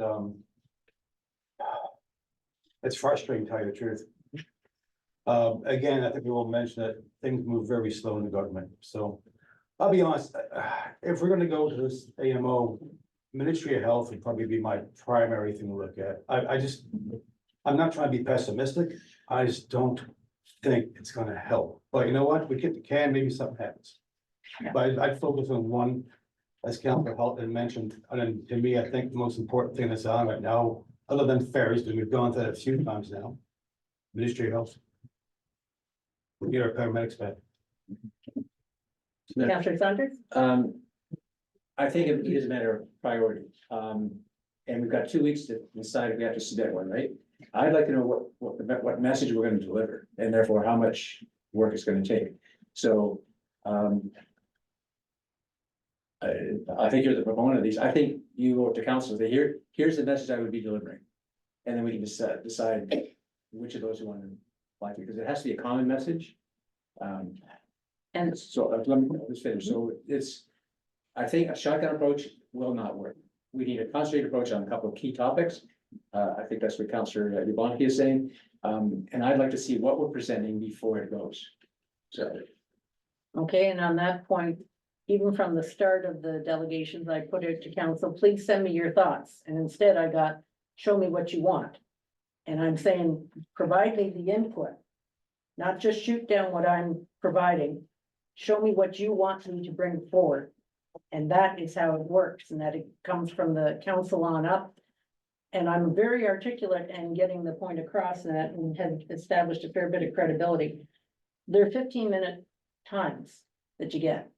So the prep time, for example, and that when we put our first package together, I came over here and spent most of the day and did most of the photocopying and did exactly what needed to be done.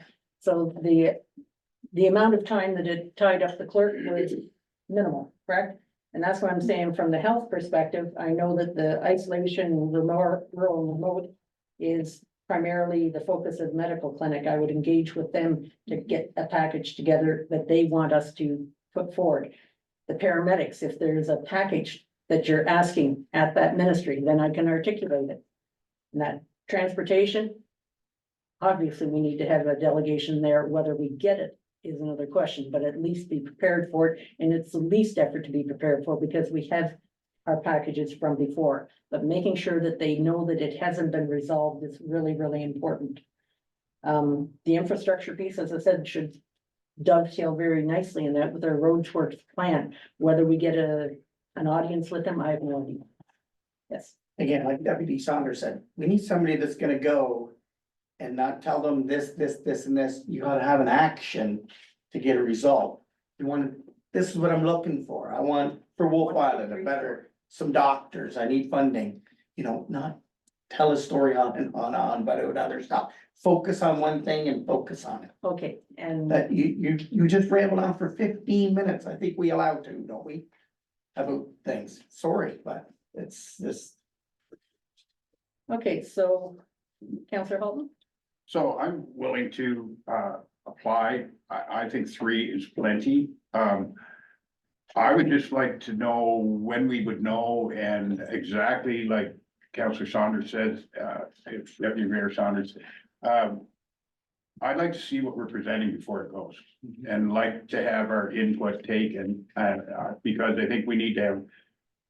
Anyone I've talked to said you need to have a clean, clear ask, that they can give you a yes or no, not so.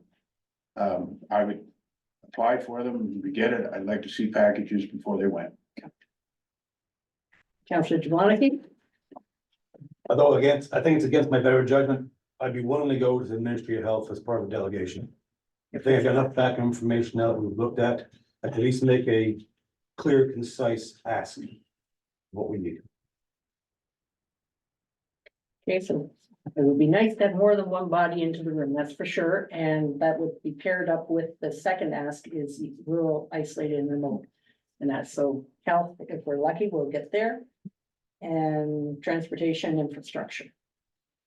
Yes? And we do go, I mean, to be clear of us. I'm going to take the point, we have to work on our presentation as a team.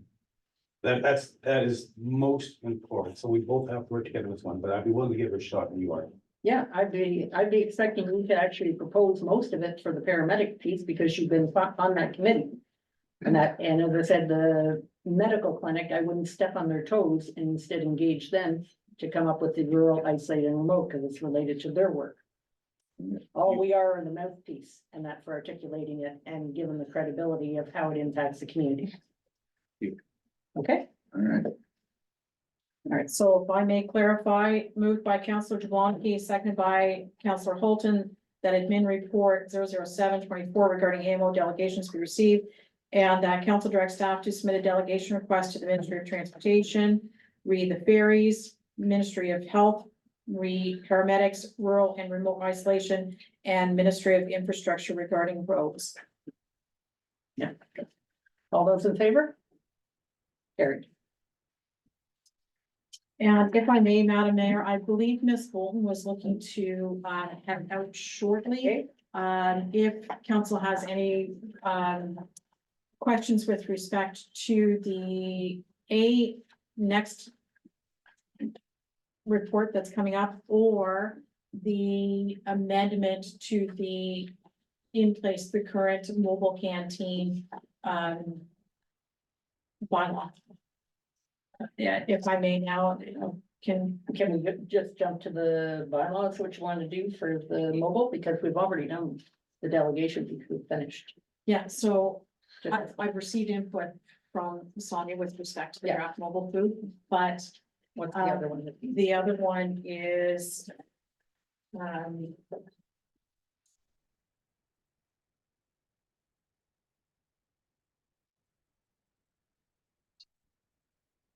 bylaw number 22-2024, the amendment to the mobile canteen bylaw. Just if any member of council has any questions with respect to that, while Ms. Bolton is here, if we could take that opportunity now to ask. What this was to allow the muster station to be placed on Mr. Bromley's property without requiring a rezoning or anything. So that's what that amendment will allow. So I'm not sure if any member of council had any specific questions with regards to that. Okay, so how about we do the mobile admin report and then jump straight to the bylaw piece, okay?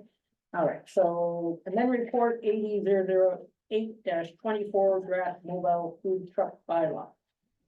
Moved by Councillor Holton, seconded by Councillor Jablonski, that administration report number 80-008-24 regarding a draft mobile food truck bylaw be received, and further that staff finalize the draft bylaw and bring back to the next meeting of council for approval. So I have prepared a draft mobile food truck bylaw. It's somewhat different than the existing mobile canteen bylaw. I have sought Ms. Bolton's input on it. She had provided some comments. I've incorporated those comments, so I'm not sure if any members of council has any questions or concerns with respect to the draft bylaw or not, but. Okay, Councillor Saunders? Thank you, Madam Mayor. So we had this conversation before, and I understood there was an issue with people with businesses in the main portion of Marysville regarding this could be viewed as competition with it. I'm not sure if this covers that or it excludes that, the main area. I believe, Ms. Bolton, you can correct me if I'm wrong, we somewhat addressed that with respect to, the existing businesses on the main street. Yeah, thank you, Madam Mayor. So the way that it has been structured, because we don't want to deal with it through zoning if we don't have to. So the way the zoning works is the licensing bylaw says you can have a food truck in the township, provided you're on lands that are either owned by the township or on lands that are zoned. We have rural, agricultural, commercial, and then I think there's like a general district commercial. So that's something that already allows. a With the business. permission of the property owner. With, yes, and if you're not the property owner, then the licensing process would require you to have the permission of the property owner to do that. So what's excluded would be things that are environmentally protected, small residential lots, those kinds of things are excluded. But this bylaw, like the existing bylaw, the Mobile Canteen bylaw specifically says you cannot have a food truck in the village of Marysville. That stipulation is not in this new bylaw. It's just about who owns the land and or what the lands are zoned as. Okay, Counselor Ackley, I have a question. Counselor Halton. So just a little more on that, it also has to go through council, so we can approve or not approve any spot in this new bylaw. So you can't just say, I have a lot that conforms, it has to go through council, so I mean, I think that you've done a good job, I hope we get it right this time, somebody will find a mistake, but they always do. Thank you. Is that accurate? Through you, Madam Mayor, I would have to defer to Vanessa. It's been a few weeks since I've read it. I wasn't sure whether or not That's the the intent of the issuance of application. the license was delegated to her. Okay, Counselor Jablonski. Yeah, echo Council Dan's comments, actually, thanks Vanessa for putting this together so quickly, I knew you started from scratch with this one. And that's amazing, a month and change, that's fantastic, thank you so much for making this work. We're all very studiously working away. This isn't the one that brought it all the time. No, no. Okay, good. Okay, quick question that regarding the special events piece. So if the plow match, if they want to move it out there, it wouldn't stop them from moving it temporary to special events. Okay, good to know. And what is the licensing fee? I didn't see that. That will come in our fees and fair bylaw that the treasurer and I are working on. Oh. Okay. All right. We're not approving this one today anyways, it was just presented as a draft. The key piece is the amendment to the mobile canteen to allow the mustard station to get up and running. Okay, has this gone past our legal at any point? Not as yet, no. Maybe we should, since we've had challenged on the previous I one. can certainly send it off. I want to bring it to council first to get their input, if there's any changes they would like to see, and then I can certainly send it off to Cunningham soon. The word highway in 1.3. Sort of caught my attention. Highway shall mean avenue, lane, road allowance, sidewalk, boulevard, or street on. Is highway really the best word to use in that regard, or road? Madam Mayor, I'm probably the wrong person to ask. Okay. As long as it's defined clearly, you could call it whatever you like, as long as the definition is clear. Right, if you're uncomfortable with the term highway, it's probably something you can change and maybe a question to ask your solicitor. Yeah, that's the one thing that jumped at me. I just don't want to deal with it in the zoning bylaw, so. Thank you. Yeah. Okay, all right, thank you very much. Anything else then? Can we, All those in favor? all those in favor? Thank you. Okay. Now we're getting to action required items. Madam Mayor, if I Yep. may, kind of. Bathroom break, okay, we'll have 5 minutes nature break. We'll resume at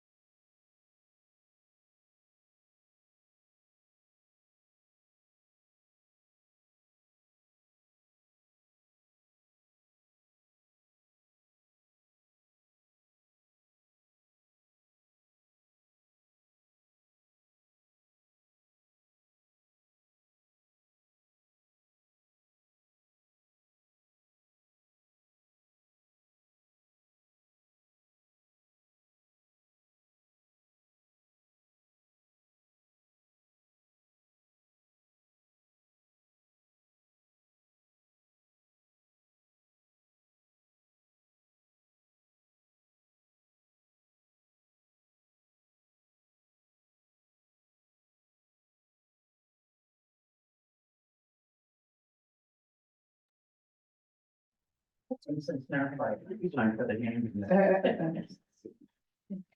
We're still hanging on the millennium. It's chilly, yeah. You see a request on the board? So you want to ask that question? Allow recording? No, they wanted in. Yeah, Yeah, I admitted them. into Yeah. Okay, was up there. they want to record it, It was our recording, right? It's our, we're recording. Yeah. What's on YouTube? Okay, It's just the message. Oh. okay. Council is resumed. We're at action items required. And a request has been received from the Wolf Island Roundup Group requesting scheduling of trailer time from the ferry with the MTO to be received. You want to read that piece? Moved by Counselor Jablonski, seconded by Counselor Holton, that the request received from the Wolf Island Roundup Group requesting scheduled trailer times on the ferry with MTO be received, and that council support the request received from the Wolf Island Roundup and direct staff to forward a letter to MTO supporting the request to schedule trailer times over 2 days, beginning Wednesday, June the 26th and Thursday, June 27th, and a few on Friday, June 28th, onto the island, and then on Sunday, June 20th, with 2 trailers per trip back off the island. All right, any comments or questions? Councillor Saunders, No, thank you. Councillor Ackley, Councillor Holton? Just, this has been done in the past years, MTO really likes this setup because it is less congestion. They're not all coming for the same trip, so I think we should approve it. Councillor Jablonski? Echo Council Dan said, worked before, do it again. Yep, sounds good. All those in favor? Carried.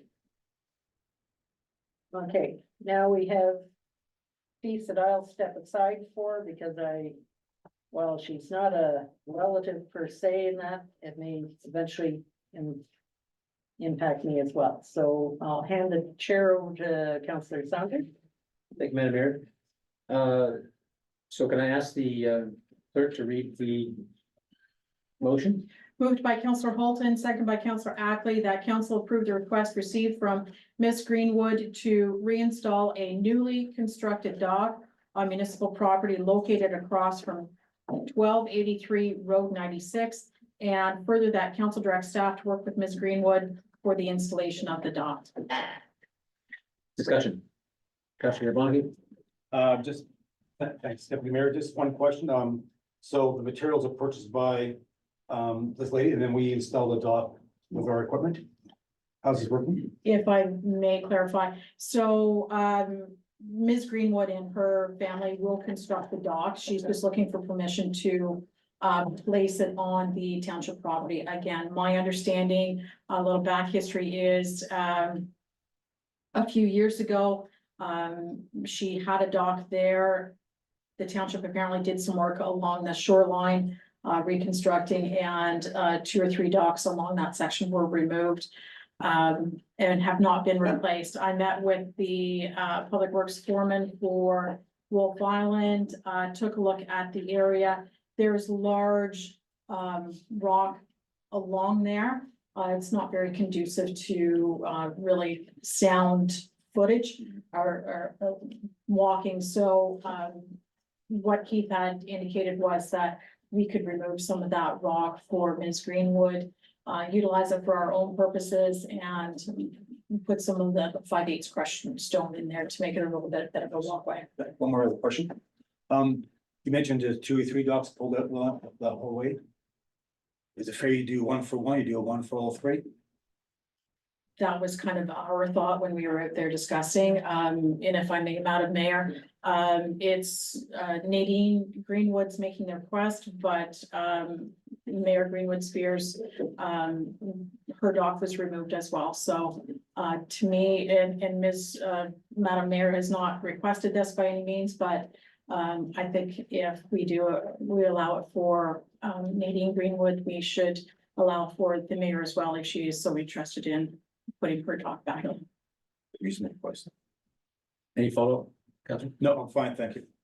Councilor Holton. So I think this is something we need to get righted. All they're looking for really is good access to it. I mean, the dock's obviously in the water, as long as they have the permits. I think we need to get this fixed up, and they were traditional docks that have been there for years. Any comments? Were these floaters or permanent docks? Somebody- I believe, and. The Dean's was permanent dock, and the mayor's was permanent too. It was on wheels, but it Yeah, was in and stayed in. and my question is why they asked for permission to put them back, because you really don't need permission to put them back, because was it intruding? So it may, so they don't actually own the shoreline is township property. So what they're looking for is permission to Oh. use a walkway on the township property. And they were their docks prior? Yes. Okay, perfect. You good? Yeah. So one comment perhaps to, after you, the old issue of liability. So this is township property, somebody's walking on it, they fall down, somebody starts, are people gonna be able to go on these docks? The public, they're gonna see the docks. Is any of that stuff been addressed?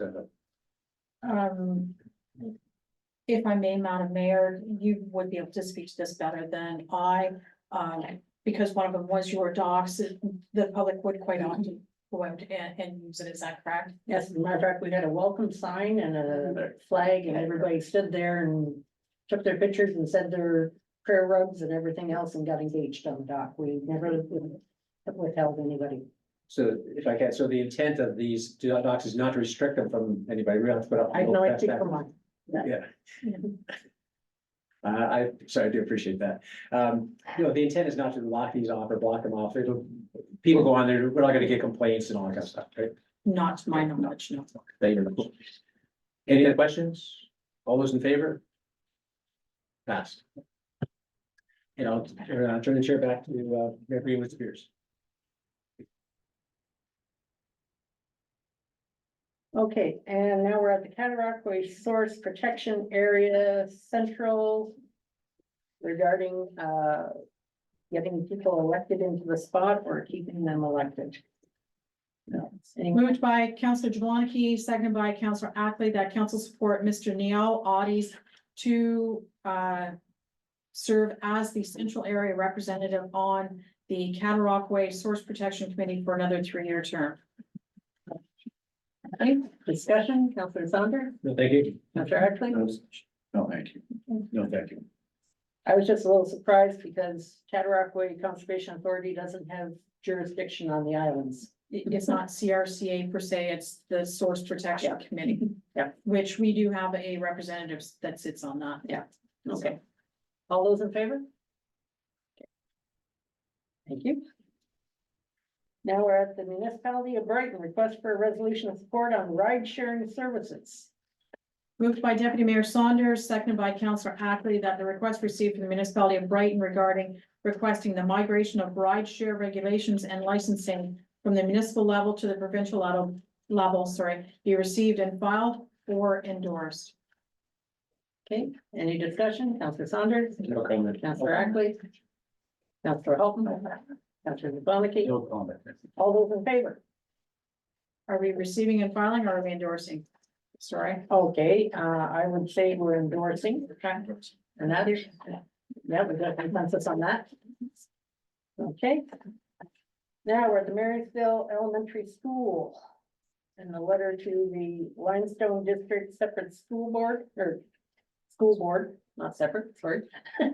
Moved by Councillor Jablonski, seconded by Councillor Holton, that council endorse a letter addressed to Mr. Henderson, Associate Superintendent of Curriculum and Program Services with the Limestone District School Board, and further that council directs staff to send the letter on behalf of the Council of Frontenac Islands. Okay, any discussion? Councillor Saunders? This seems troubling to me. I would look for perspective from the residents of Wolf, like, what's happened with the school? If I may, well, actually, we were all there. School has basically, Maryville probably has 2 classrooms.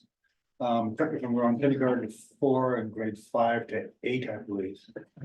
Somewhere along there, but they've gone from basically 2 classrooms down to 1 classroom now. So now it's 1 kindergarten or junior kindergarten to grade 8 in 1 classroom. we went to the public hearing about this, so the public information, and I just found it was. Again, something's being taken away from the island again, so just trying to say, can we keep the two teachers there? I mean, we're compromising the quality of teaching and we're compromising a safety hazard as well. We're compromising safety with not enough teachers on the ground. They say there'll always be two people in that building constantly. Numbers don't show that. So I feel we're putting our kids in safety and we're compromising their ability to learn properly. Okay, and I can expand on that because I was actually at the first meeting as well as the second meeting and then invited me to the third.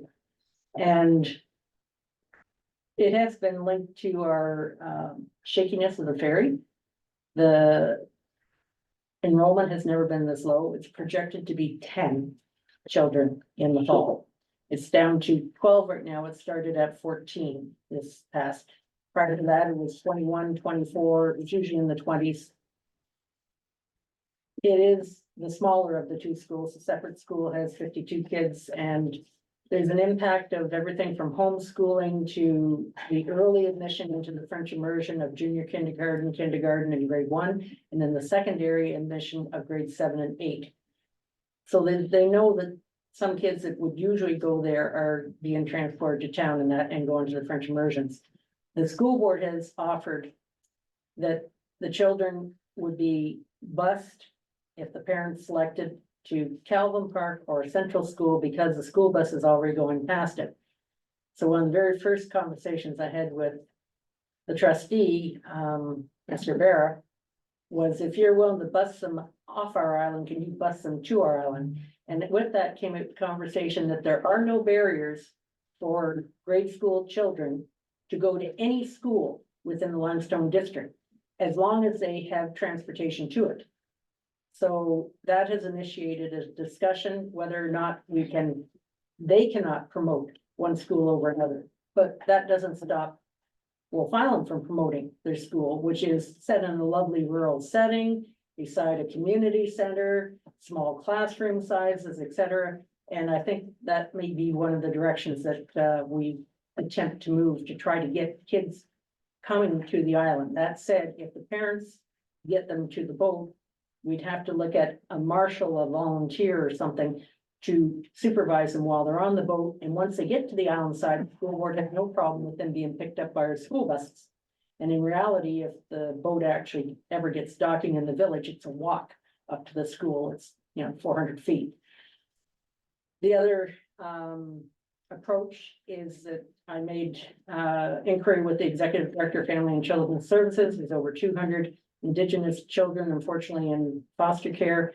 I said, potentially there could be some that might benefit from a less crowded setting and a setting that would allow for multi-grades, that their brothers and sisters may actually be able to come over and have that bond that is so stressful for foster kids.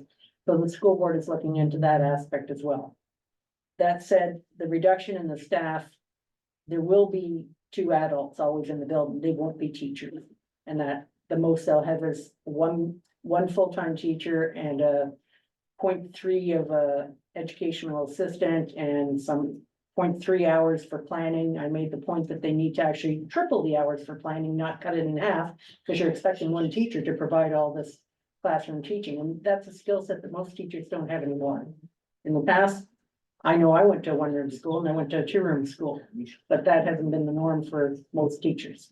So I think they're going to have lots of rough ride. What we are very concerned with is that the parents feel that there's only going to be potentially, if people take the option of going to Kingston, it gets down to 3 kids, are they going to continue to staff it with who?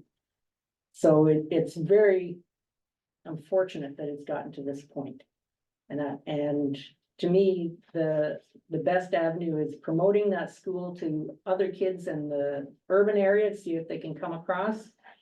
And there seemed to be a lot of community support that we might be able to have a boat here, move the boat type of thing and ride with them on the boat.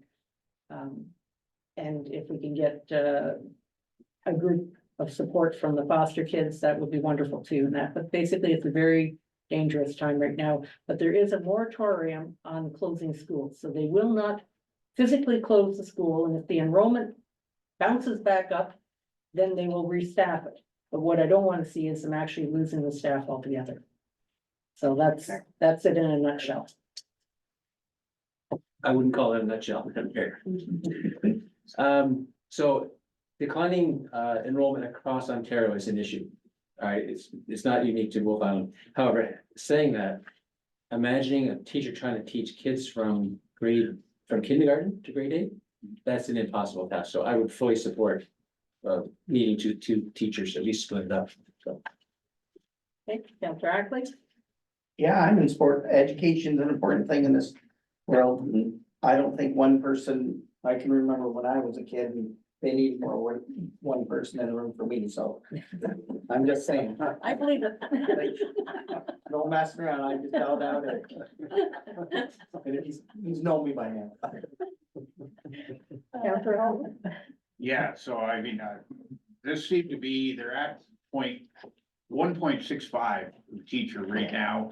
Of course, for the two, the scenario was if you have a behavior problem, teacher needs to leave, or we expecting the custodian to come in and look after the rest of the class, we need two qualified bodies. Counselor Bonnicky? No, I help, I can support what it says, so Okay, glad everybody's with me so far. okay. All those in favor? Carried. Thank you. Okay. Now, we have Allison Healy, Howe Island resident consultation. Moved by Councillor Ackley, seconded by Deputy Mayor Saunders, that council received a letter submitted from Ms. Healy regarding the ferry or bridge, and further that council directs staff to prepare a question for the Howe Island residents with respect to whether they would like a new ferry or a bridge be constructed to be included in the 2024 fall taxing surge. And Ms. Healy is present if council has any questions with respect to the letter. Okay. We might as well take a chair and then we'll go around just in case. Want to speak? I wasn't expecting to, that's why I said. Nope, that's all right.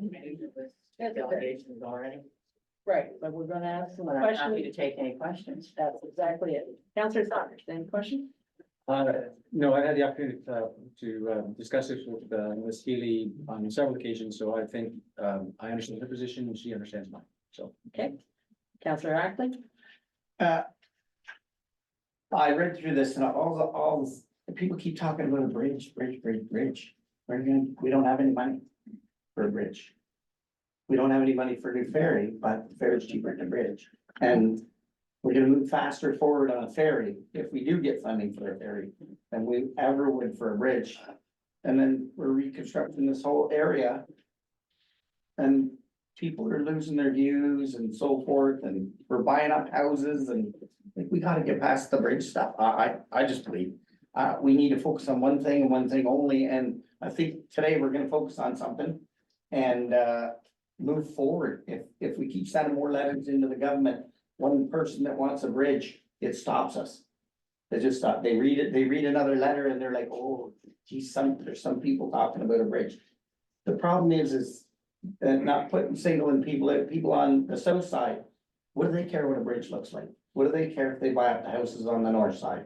What if they evict people and they make new roadways, because this roadway ain't gonna be right nowhere? Where are we gonna put the bridge? You know, there's so many thoughts to go into this. And the study alone take 5 or 6 years. Where a ferry, we already have the docks. We're gonna build a new ferry to meet the docks. Like bigger, longer, hopefully wider as it punches out. Under deck cables, so we can get 3 rows of vehicles and possibly 30, maybe more cars. Maybe 20 to 30. At that point, we're just talking, so. Counselor Ackley, I think the point that the clerk had read was whether or not there could be a survey. Do you have a question on that? Well, that's what I'm saying. We already did a survey. And I think we did a monkey survey, did we not? And about, I don't think we did. I thought we answered a question. There was one question thing about, If I may, Madam Mayor. So the Survey Monkey, and it was a while ago. I don't believe it was with regards to the bridge or the ferry. I believe it was with regards to the lifting of the restrictions at the county ferries. Okay, and. In response to your comments, Councillor Ackley. I'm personally, would I like a bridge? I'm hedging that way. However, the nature of this letter is for neither a bridge nor a ferry. What this is intending is that we ask simply poll the residents of this island. I feel that people's opinions should be respected. There have been many families that have been on this island for generations. There's a lot of seniors on this island. A lot of them are not happy with using social media. And I think regardless of what the outcome of the survey is, what will happen will happen. The government will make the decision for us. However, I think it's incumbent upon us to stop just talking about it and bantering back and forth and actually ask the people that it affects, which are the residents of Poway. It's not difficult. It was done in 97. They put a survey in with the tax bill in 97, and on that poll, 77.5% of the residents responded. 635 votes were available, 438 were made.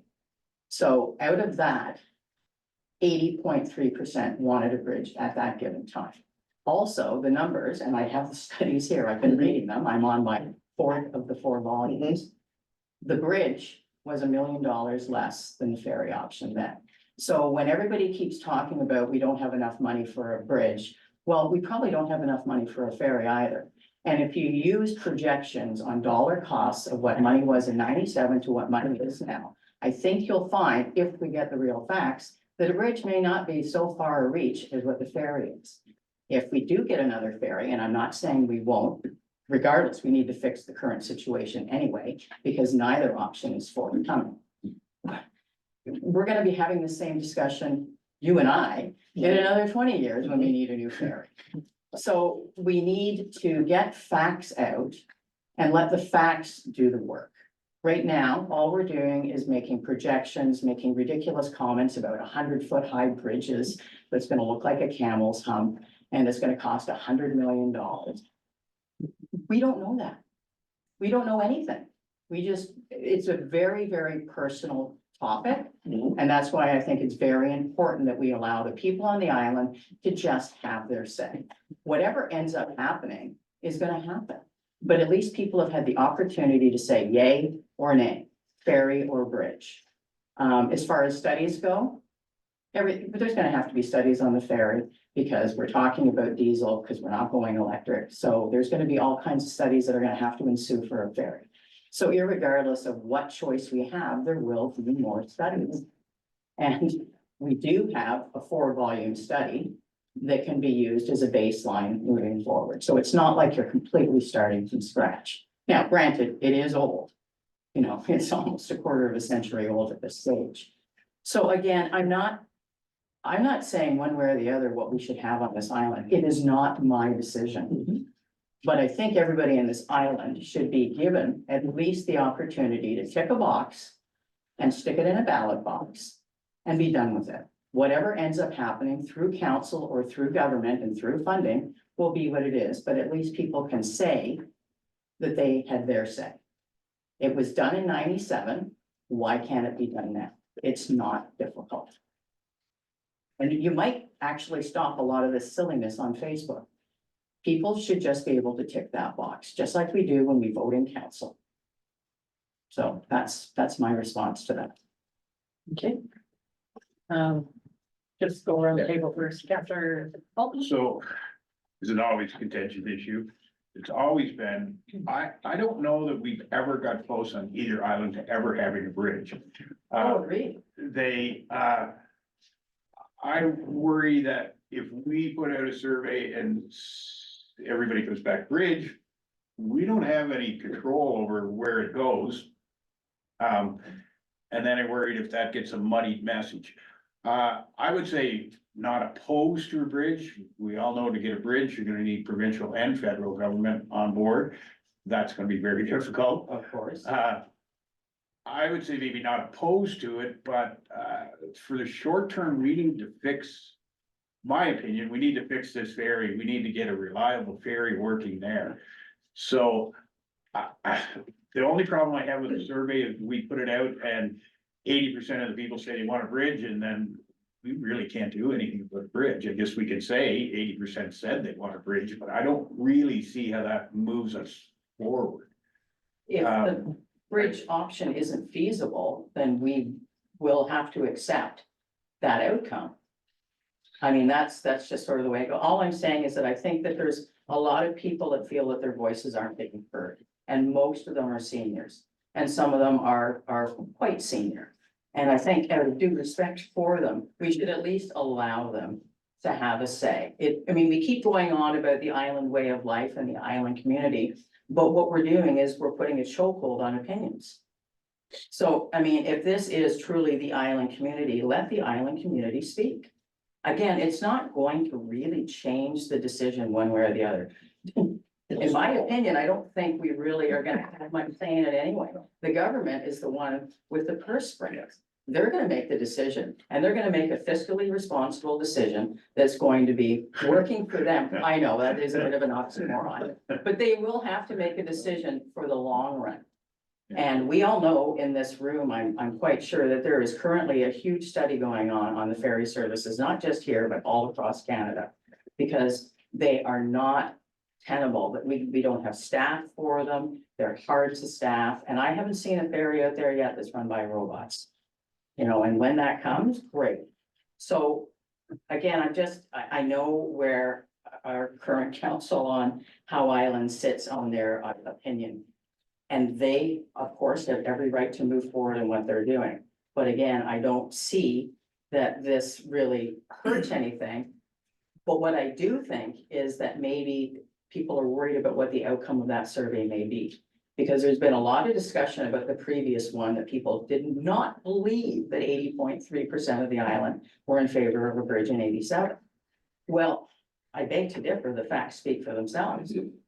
It's on paper, and if anybody cares to challenge it, I say to them, use your local public library on this island and read the report yourself. It's in black and white. So that's all I'm saying. Yeah, like I said, The muddy's, I the guess water's. it's a exercise in public relations. Yes, exactly. Because it's really a kind of a waste of time from the perspective of the feedback that we're going to get or what we're going to do with it, because it's really not for us to do anything with it, you know? If the provincial government or the federal government said, you know, they have the purse, I just worry that it just causes another delay. I thought if we asked for a new ferry, and maybe I have too much faith in it. Maybe if we ask for a new ferry and they say, okay, this is getting ridiculous, let's put a bridge up, then they would come back with that. So I would think, I like her ask for a ferry, so, I mean, I guess we could ask the people what they think, and Well, Councillor Saunders has already indicated that a new ferry is not forthcoming anytime soon. There are no timelines. So, I mean, clearly, we just have to keep the one that we have now going. And that's just getting cobbled together every time they do a maintenance on it. yeah, So, you know, do we need something new? Absolutely. But bridges can be Still made going around. in timely fashions. Now, they have So- companies that make them in segments. The studies are a separate thing, and I agree. That could become very cumbersome. yeah. And maybe that's what will scuttle the bridge idea, and maybe that's what scuttled it last time. Although all of the paperwork I read, there were more pros than there were cons to a bridge. And I still haven't entirely worked out what knocked that off the table in 97. So just to be aware, the third crossing, the first study on it, if I remember correctly, was 1952 or 1954. There's been a few. So, and there is a room at the city full of studies on the third crossing, so. Everybody says, look how quick they completed it. Well, not really, it's 75 years, you know, It's 1 7 year for years to 5 complete it, years. so. I just to be aware of, things move very, very slowly, so. That's enough comments from me. Hey, Councillor Jablonski? Yeah, I think we're getting in the weeds here. Thanks, Madam Mayor. I think you're getting in the weeds. The ask was a simple yes or no to what preference, bridge or ferry. That's all we're asking for here. MTO and the studies, they can go do what they have to do, but I think that only ask you is get a simple question out. Maybe again, good idea to put the tax bills coming out. And just see where everybody likes. I mean, you said 1997, that's what 25 years ago. So things have changed probably, right? Absolutely. So I'd say put a question there, simple as that. Well, it was, what do you prefer, bridge or ferry? Simple one line, nothing too crazy. No more information past that, simple question. Never hurts to find, and it's information for us anyway. As you say, MTA will do what they want to do. I agree. Thank you very much for your work in looking into the studies and that, so that you're better informed in what's happened in the past. And I think your letter indicated 1897 or so was the very first ask about a bridge, yes. And we have one on the wall here from the 1930s and that, so it's a long haul.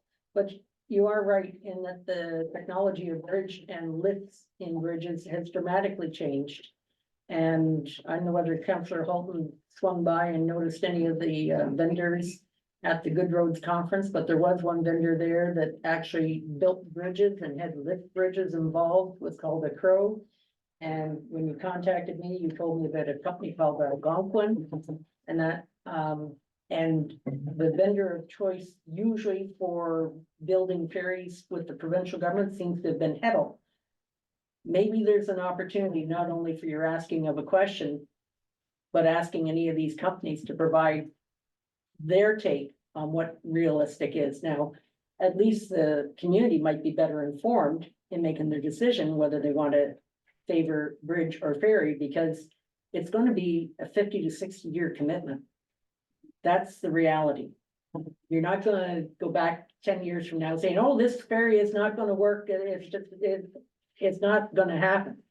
So this, you have to look at the long-term view of this and get the best information you can. And then as a council, we can get behind the majority of the islanders and say, this really is identified based on this to meet their needs for economic development, health, safety, tourism, whatever.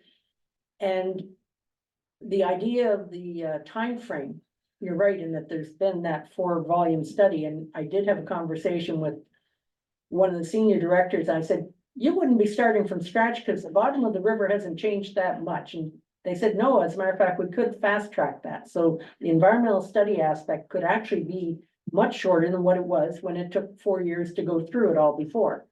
And the production of segments of bridges is much more efficient. That said, let's find out what the better facts are and let the community decide. I agree with putting a survey into our next tax bill. I'd rather see an agreed upon solution as much as we can. It's always going to be a division. But at this point in time, I've gotten comments from all sides on it. I look at things from a fiscal perspective, so I know where I would be from a fiscal perspective and that, and from a long-term perspective, but I don't live on Howe Island. So let's give the power to the Howe Island people to let us know what your opinions are and think long-term, because it's not going to be, I need a new ferry in 10 years. I need a new ferry in 15 years. It's not going to happen, and you will have those adjustments. I've always asked Councillor Ackley and that, how big of a ferry is, so I got range from 20 to 30. I just hope they wouldn't turn around and give you an electric ferry, because I got one that I'd be happy to give you right now. Don't lie. Anyways, you're right in that it is ultimately the MTO decision. That said, when Mark Garrison, the MP, was over here just after we got elected, he asked that question at what I would call a very centered meeting. And he made the point that the federal government is investing now in infrastructure, so it may be to the MTO's advantage to get 50% of the funding potentially from Infrastructure Canada, if the argument's made one way or the other. But it was interesting that he wanted to make the point that Infrastructure Canada is willing to invest. In bridges. Yes. He just asked the question and he made the point in that. Councillor Ackley. The bottom line is a bridge would take 10, 15 years, right? We're just roughing that, right? And the cost could be, the city one was $200 million. We're 3/4 the length, so we're talking 100 million plus. I'm just, not that I know numbers. A new ferry could cost us a 30 car ferry could cost 20 million. We might be on the foot for 20% of that. At the end of the day, we need a fix soon. We don't need a fix later. The best fix is, we already got something coming through the pipe here. If we talk about the ferry, we're gonna get a ferry, irregardless, we need a new ferry. for now, even if they built us a bridge, we need a new ferry, so let's hope for a new ferry. And then move on to talk about a bridge 15 or 20 years from now. I'm just, or never, I wanna be able to leave my stuff out there, leave my garage unlocked, or my house, or my vehicle, and nobody steal nothing from me. I don't know about you and the bridge coming over and back, it's bad though, that's how bad it is, Okay, that's my opinion. okay. You can talk as much as you want. This No, is no, bad. I'm going to the clerk right now and you're done for now. So in the, next 10 minutes that we have, Yeah, are we doing the tax insert or no? So I will speak to that. Anything we do in terms. If we do a survey and it comes back 50-50, 40-60, one or the other. And that message goes to MTO, in my opinion, will say, oh, that's what you want? Okay. Well, whatever work we're doing on the ferry right now, we'll pause it. Okay, and it'll be another reason for them not to proceed. I do take exception of one of the comments about the frivolous comments on Facebook. I agree, there's lots of frivolous comments on Facebook. But 100-foot clearance is not frivolous. That's expected now from the Seaway Authority or whoever decides that. When you plot that out, very simple, you'll start major road work at the top of the hill on mainland. And it'll land somewhere around the intersection here at Howe Island Drive and North Shore Road. It will require expropriation of both public land from the city of Kingston on the mainland side and private land on both sides. When those facts are in front of people, they go, we're not interested. I've had, you were at a public meeting where we had 75 people there. And yes, there were some comments about, we should have a bridge or we should do a survey. But the vast majority of people who stood up, young and old, said, we don't want a bridge. It changes the complexion. It has a whole different municipality aspect with, one person was quoted as saying, you're down 12 minutes from downtown Kingston. Hey, I'm gonna buy property on Wolf or on Howe Island. It could lead to subdivisions, we don't know. The general consensus was that's not what we see the island turning into. We don't want to see it turn into a subdivision of Kingston. I've met with several people over the last 3 weeks, most Saturday morning coffees. One person said he thought we should look at a bridge. Everybody else said, no, let's get going with the ferry. Let's get the message out there. Let's get moving on. If we do a tax insert in November, September, No, it'll be July, send it in. you're August, just more and more delays. August. And I'd ask the rhetorical question.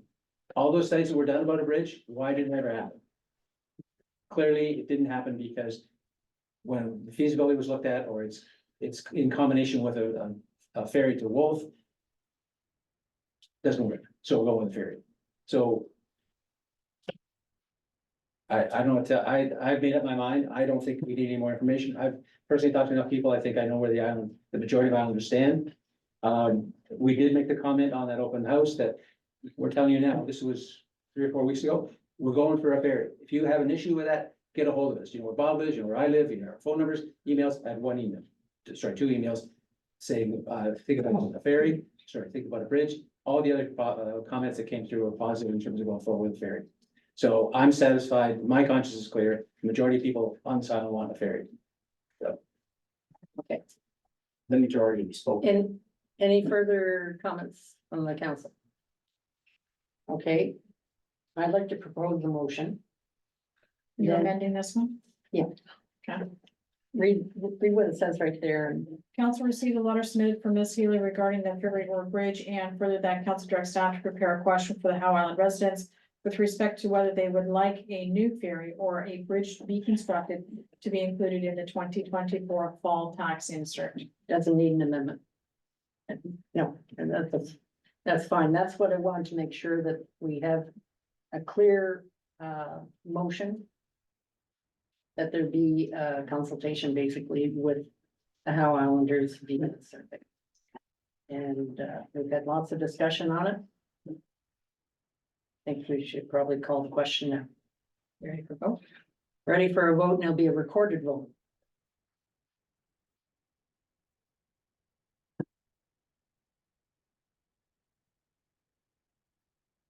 Councillor Ackley, Nay. Councillor Holton, Nay. Councillor Jablonski, Nay, Deputy Mayor Saunders, To clarify, nay means we are not sending out. that would be Yes, sir. correct. I'm nay. So voting no, if the majority is in favor of voting no, then the motion is lost. Thank you. Nay. Mayor Greenwood Spears, Yay. motion is lost.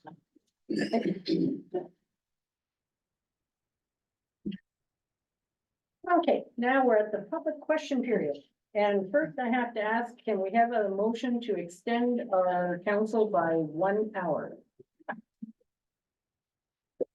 Councilor Saunders, seconded Councilor Ackley. All those in favor? Okay, so we bought ourselves 1 hour of time. Now, is there any member of the public or online that has a question? Step forward, state your name and your address, please. And do it within 2 minutes, please. Also, yes, with respect to what's on the agenda here today. The questions pertain to what's on the agenda here today. Doesn't quite pertain, but it pertains to protocol being used at, in dealings with the township. A very quick question, if I may, Madam Mayor. It's not on the agenda, but it's up to council. Okay, let's hear the question and we'll see if we can deal with it. Does the township have a protocol, written or otherwise, for the handling of official correspondence that's directed to the township? I'll direct that to the clerk. Nothing that I have come across to date. The reason I ask this question is late April, sent since late April, I've sent 3 emails to the township regarding a complaint that was initiated a year ago. And to date, these last 3 emails, I have not received an acknowledgement or a response. These emails constitute official documentation. So I think there should be some official mechanism that when you send in a request to the township that is not frivolous, not personal, has to do with township business, that it at least requires, at the very least requires an acknowledgement that the township has received it. And probably a constructive response would go a long ways, and a time frame for handling, much like a complaint handling procedure, which there's a partial one sort of on the township. But in the past, doesn't seem to have been followed very closely. Previous administration is greatly at fault on that as well. That's my question. Sorry, it's not, wasn't on the agenda. I thought the public part of it, you just asked the question. Okay, so when we're looking at the procedures, we can put in a expected turnaround response of acknowledgement and reasonable time for response back. Thank you for the question. I thought our unwritten procedure was, if I receive council emails, is forwarded to you or whatever, and then it goes on correspondence. Right? Is that not the case? If I may, Madam Mayor. So yeah, if there is correspondence that comes into the municipality that's addressed to council, it gets added onto the agenda. Okay, so a direct, Madam Mayor, a direct request to the township, like the first 2 emails address the concerns of a dangerous situation, okay? And it's been going on for a year. The 3rd email was, I've sent you 2 emails, I've had no responses. Okay, so how do you run a business? Did you address it to the clerk? Yes. Directly Okay, to. you addressed it to the clerk. So that's gonna be a procedural piece that Vanessa would be So addressing. all I'm asking is if something comes in, it is official when you're Yeah. dealing with Yes, township it is. business and bylaw. It does require an acknowledgement at the very least. I know you're busy. But after a year, busy is not an excuse. It's indefensible at this point after a year. Okay, Councillor Holton, Do we not have an official complaints form? that's different from correspondence and saying. Yeah. What I mean, if you, what is? I guess what I'm getting to, is there other, like, you know, an official complaints form that you put in and then it is addressed? Through you, Madam Mayor. Yes, there is an official complaint form. I believe it's available online. Don't quote me on that. Yes, Madam Mayor. Yeah. I hand delivered the complaint to Bob Ackley himself, but there's additional correspondence since that point, following up, asking for updates, et cetera, et cetera. Okay, and as I said, you know, the clerk is the one that retains all the correspondence for us. Excuse me. My request is simple. official correspondence comes in the form of an email or whatever, To the it has to be acknowledged, otherwise I don't know. Does anyone hear me or am I just speaking out into the air? To the clerk. No, again, Second. I thought bylaw did go down and see you. Well, see, I didn't mean to make this a delegation. I meant it was a simple question and to perhaps streamline the procedure so you can get acknowledgement, at least the correspondence, okay? Yes, Milo looked at it. So that means we looked at it, That means you looked at it, same, okay? And through various CAOs and other people again, yes. and in the emails, but you'll see when you see them. The property owner was notified by mail, starting in May 2023. There was a deadline for compliance.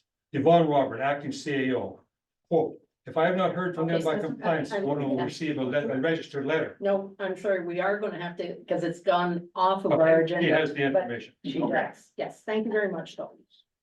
Okay, anyone with a comment or question regarding anything on the agenda, step forward and state your name and address, please. I'm Nancy Steele, and I'm with the Wolf Island Gallery. And yes and no, I think it connects to 5.3 and 5.5. We were asked to be on the agenda, but we were bumped. And it's a very quick question. We want to start get the Wolf Island Gallery going again at Town Hall. And we've asked for start dates. And we need to know information fairly quickly because we want to start at least get into the town hall by the 1st of June. And the second question is, we're responding to a rumor that there's going to be rent asked of us this year, and we don't know what to do about that, because it's a rumor, but we haven't been officially informed or anything else. So those are the two quick ones. Okay, so those are administrative style of questions. And that, you want to comment Just first? respond, I talked to Nancy about this and I have passed it on to Jesse. I have gave him everything and yes. We are looking at the fees, schedule fees, or schedule. Be up to you and staff to negotiate, I would say. So, but I told Jesse your concern of timeline that it needs to be handled sooner or later, so he will contact you. This to me is an administrative piece, so that's who will decide on the opening and any fee schedules, and you would have canceled by the next meeting for approval. Yes. Yeah, okay, so. So we were going to be able to open before his approval? If you could leave it with the treasurer and myself, I know he spoke with, don't want to put you on the spot, Jesse, but was it Miss Steele or? Yes, we have. Okay. Last week, so, both Jesse and I will be over there on Wednesday, so we can certainly, meet and sit down and discuss. Okay. Thank you very much. All right. Okay. There's a hand up from, Yeah, mine was bylaw. It wasn't on the agenda. okay. Mike Bromley has a hand up there. Yours wasn't on the agenda though. So this is the question for anything that's on the agenda, For bylaw, it was not on the agenda. just general topic. Yes. What, Oh, bylaws. Yeah, that's a general topic. okay, Yeah, that's not on. specific on the And we're agenda. already in extended time, so. Okay. Okay, but send us a correspondence and then it can get pulled out and then we can speak. to When I things. spoke, Go into, Okay, not everybody, but, okay, okay. okay. Mike Bromley? Can you hear me? Yes. Hello? Yep. I was late getting to this. Has bylaw 22, 2024 been read? no. Oh, I thought we read it. Okay, so that's not before you? We have my name out in there. Yes. Mr. Bromley, no, we've not got to the bylaw section as yet. That being said, council did have the opportunity, if they had any questions, when Ms. Bolton was here earlier, they did not have any questions for her at that time. I don't believe from any feedback I've received from council that there would be an issue with respect to bylaw 22. All right, well, bylaw 22, as I read it, it doesn't legalize Lara and Darcy's use at my property because it doesn't address the definitions. And that bylaw specifically excludes trailers. Can you Also, wear, by not striking, my earbuds? Is this your bad ear? Which is your? My good ear, it's my good. Mute their, I'm not sure what's going on here. that's okay, somebody else needed to get muted, but they've done. Anyways, section 12 would need to be struck from that bylaw, and then these changes would apply, but the definitions would have to also strike or include trailers and not just trucks. If that was done, then it would legalize the Lara and Mr. Darcy's. If I may, that bylaw 22 is an amendment to the mobile canteen bylaw, which will Yes. allow the mustard station to be placed on your property. Going forward, I have a draft mobile food Yep, truck. bylaw that's Yes, being I've seen the new bylaw that's proposed, but the one that this 22, as it's written, doesn't legalize it because under the definitions, you haven't broadened it to cover trailers. It specifically excludes trailers. But with this And amendment. section 12, sorry, go ahead. That allocation for that trailer, the mustard station to be placed at 769 Road 95. Yeah. Right, Okay. but under section 1 definitions, it says a mobile canteen does not include a chip wagon refreshment vehicle drawn by another. Your bylaw excludes this, so regulating it, you've gotta, it's basic contract law, that would have to be done. Anyways, if you don't want to do it, that's fine. It's just you're passing a bylaw that doesn't do what it's supposed.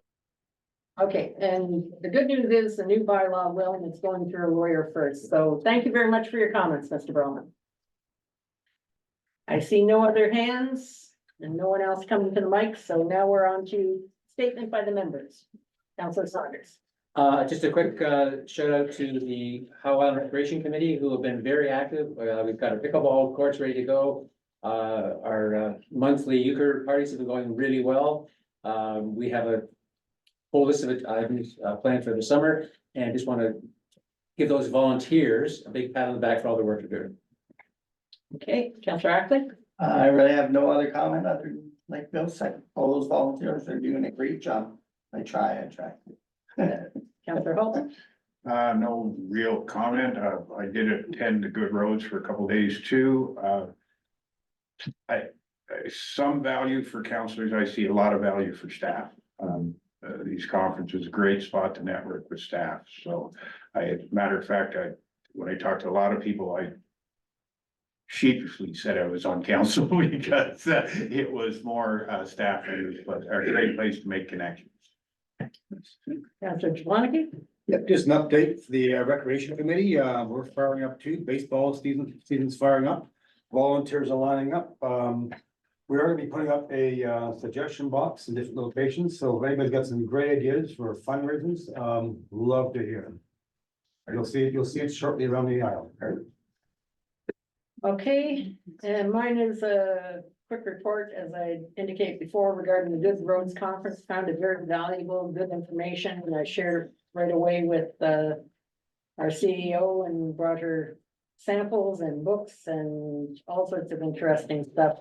But probably one of the most crucial pieces was given by a lawyer that said, whenever there is an Environment Canada emergency coming, and that whether it's high wind warning, snowfall in excess of 15 centimeters in 12 hours expected, heavy rains expected, we should be declaring a road emergency at that point in time.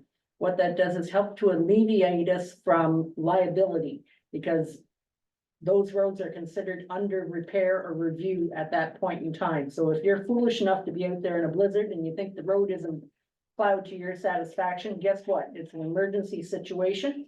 And until that emergency situation is declared over by the township, stay off the roads and that, or run them at your own risk, because too often we do get people that seem to think that 24 hours a day, we should have passable roads when it is not reasonable by any way, shape or form, but that removes their liability. So that in itself was a valuable piece of information that only got because there was an in-service being provided. As I said, there's other pieces regarding contracts ranging from dust suppression and that can go near wetlands and trails, and I brought samples back to the CAO. And I did get to meet Premier Ford, who remembered me, and I still pressed him for the ferries, and he says, we haven't got that sorted out yet. No, you have not. So I found it very valuable in that. The Moose Tide campaign, I've completed the video. Michaela Pike of Wolf Island was kind enough to assist me with that, and we'll link it to our social media. And Inspector Chief Simon, who was here today, also agreed that they would put it on their media, and the link can be circulated. It is a positive message for men and boys to find their inner moose and be strong and the protectors of women and children, and also to speak up to men that are not, that are behaving poorly, and that, so it's a good news message all the way along. And that's the end of my business. Now we have notice of motions. If I may, Madam Mayor, this is a notice of motion that Deputy Mayor Saunders brought. The next one is an actual motion before council today. Moved by Deputy Mayor Saunders, seconded by Councillor Ackley. Whereas the capacity of the Frontenac Howe Islander was reduced from 15 cars to 10 cars due to a complaint to Transport Canada in 2022. And whereas the overall reliability of the Frontenac Howe Islander has declined in recent years. And whereas the drive system of the Frontenac Howe Islander has recently experienced several failures, causing undue delays and extended out of service periods. And whereas the out of service delays have caused financial losses and missed medical appointments for island residents. And whereas these service delays have created incidents of harassment for Frontenac Howe Islander ferry staff. And whereas it is estimated that this request, when honored, will require studies and ferry design work. And whereas the design work and construction of a new ferry will take several years to complete, whereby this will leave Howe Island residents with reduced capacity during this time. And whereas the Howe Island population will continue to grow, MTO ought to implement the 3GA recommended solution to address the restricted/reduced capacity in the interim. Now therefore be it resolved that the township staff are hereby directed to communicate Howe Island residents' strong desire for a new ferry directly to the Ontario Minister of Transportation and senior MTO staff. And further that it is estimated that this request, when honored, will require studies and ferry design work, and further that the Ministry of Transportation Ontario are requested to identify and implement potential options to improve the reliability and service of Frontenac Howe Islander until such time as a new ferry is in service. This motion calls upon the Ministry of Transportation to prioritize these issues and take necessary measures to address them effectively.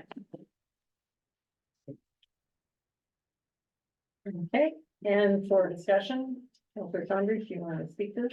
No, it's a fairly lengthy motion. I apologize for that. We wanted to make sure we covered all the aspects of it, but I think the motion speaks for itself. Okay, Councillor Ackley. I believe all, Deputy Mayor's, Saunders comments, like we need to move forward. Okay, Councillor Holton. It's matter. Good, I think he has everything in there. Okay, Councillor Jablonski. It's a heck of a motion, but it covers everything, yeah. Sounds good. Okay, the only question I have around it, and you probably won't accept it, but that last paragraph that says, now therefore be it resolved, the township staff are hereby directed to communicate Howe Island's residents' strong desire for a new ferry directly to the Minister of Transportation and senior MTO staff. And that, without having that survey, I can't see that we can say strong desire. And that's my only question on that one. Would you accept the amendment to remove the word strong? No. Okay. There we go. So, any further discussion? We'll do a recorded vote.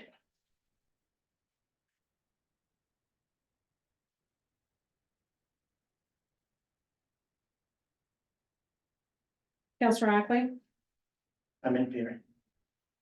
Counselor Holton, Yay. Counselor Jablonski, In favor. Deputy Mayor Saunders, Yeah. Mayor Greenwood Spears, Not in favor. motion is carried. Okay, now we have announcements. Okay, and we're going to move to adjourn to a closed session regarding municipal act section 239.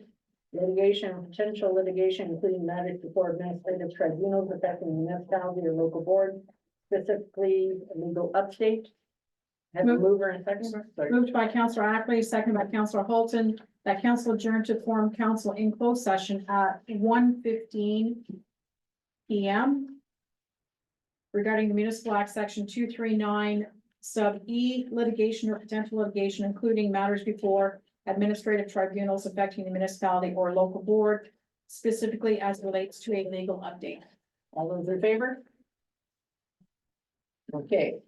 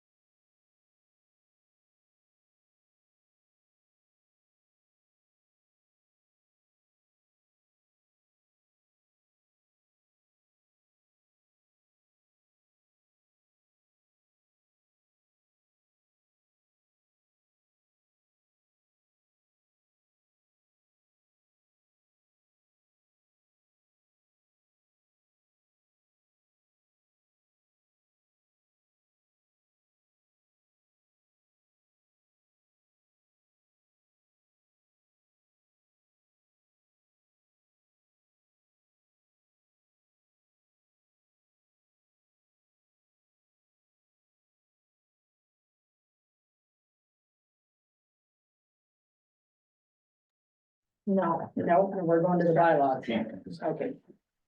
Number 12. Third and final passage. So if I may, Madam Okay. Mayor, is there any particular bylaw that council wishes to pull out and address separately? Or can I do one motion to do 3 readings and final passage for all the bylaws before council today? Let's do a quick review of which bylaws are before council today then. Do them all. So there's the limit the access to the Howe Island East and ferry to passenger vehicles. We've already done first and second reading. I would be looking for third and final today.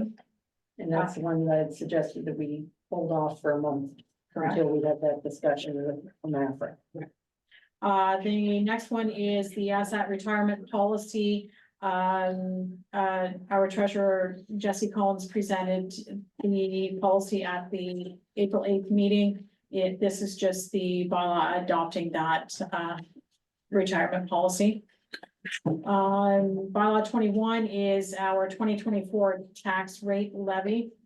This allows us to send out our final tax bills.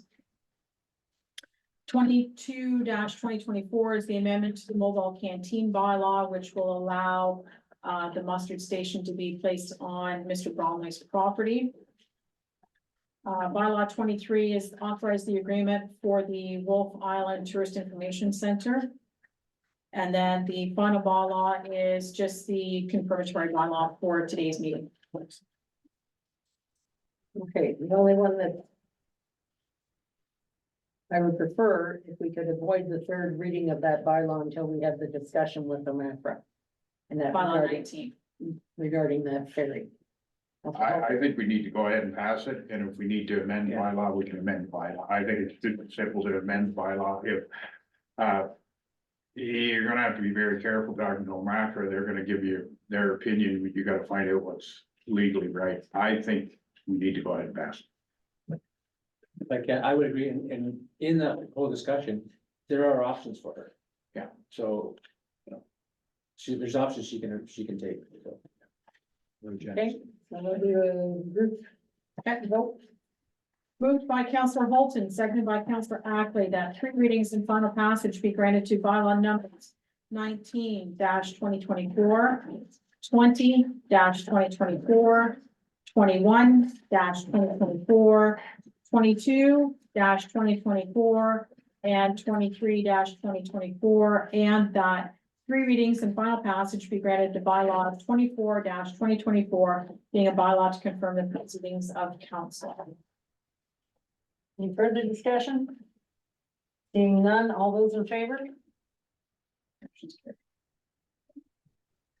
Now, I think we got the end of this. Just the adjournment. Yep, adjournment. Moved by Deputy Mayor Saunders, seconded by Councillor Jablonski, that the regular meeting of the council held on May 13th adjourns at 1:38 p.m. All those in favor? Thank you, kind of everyone.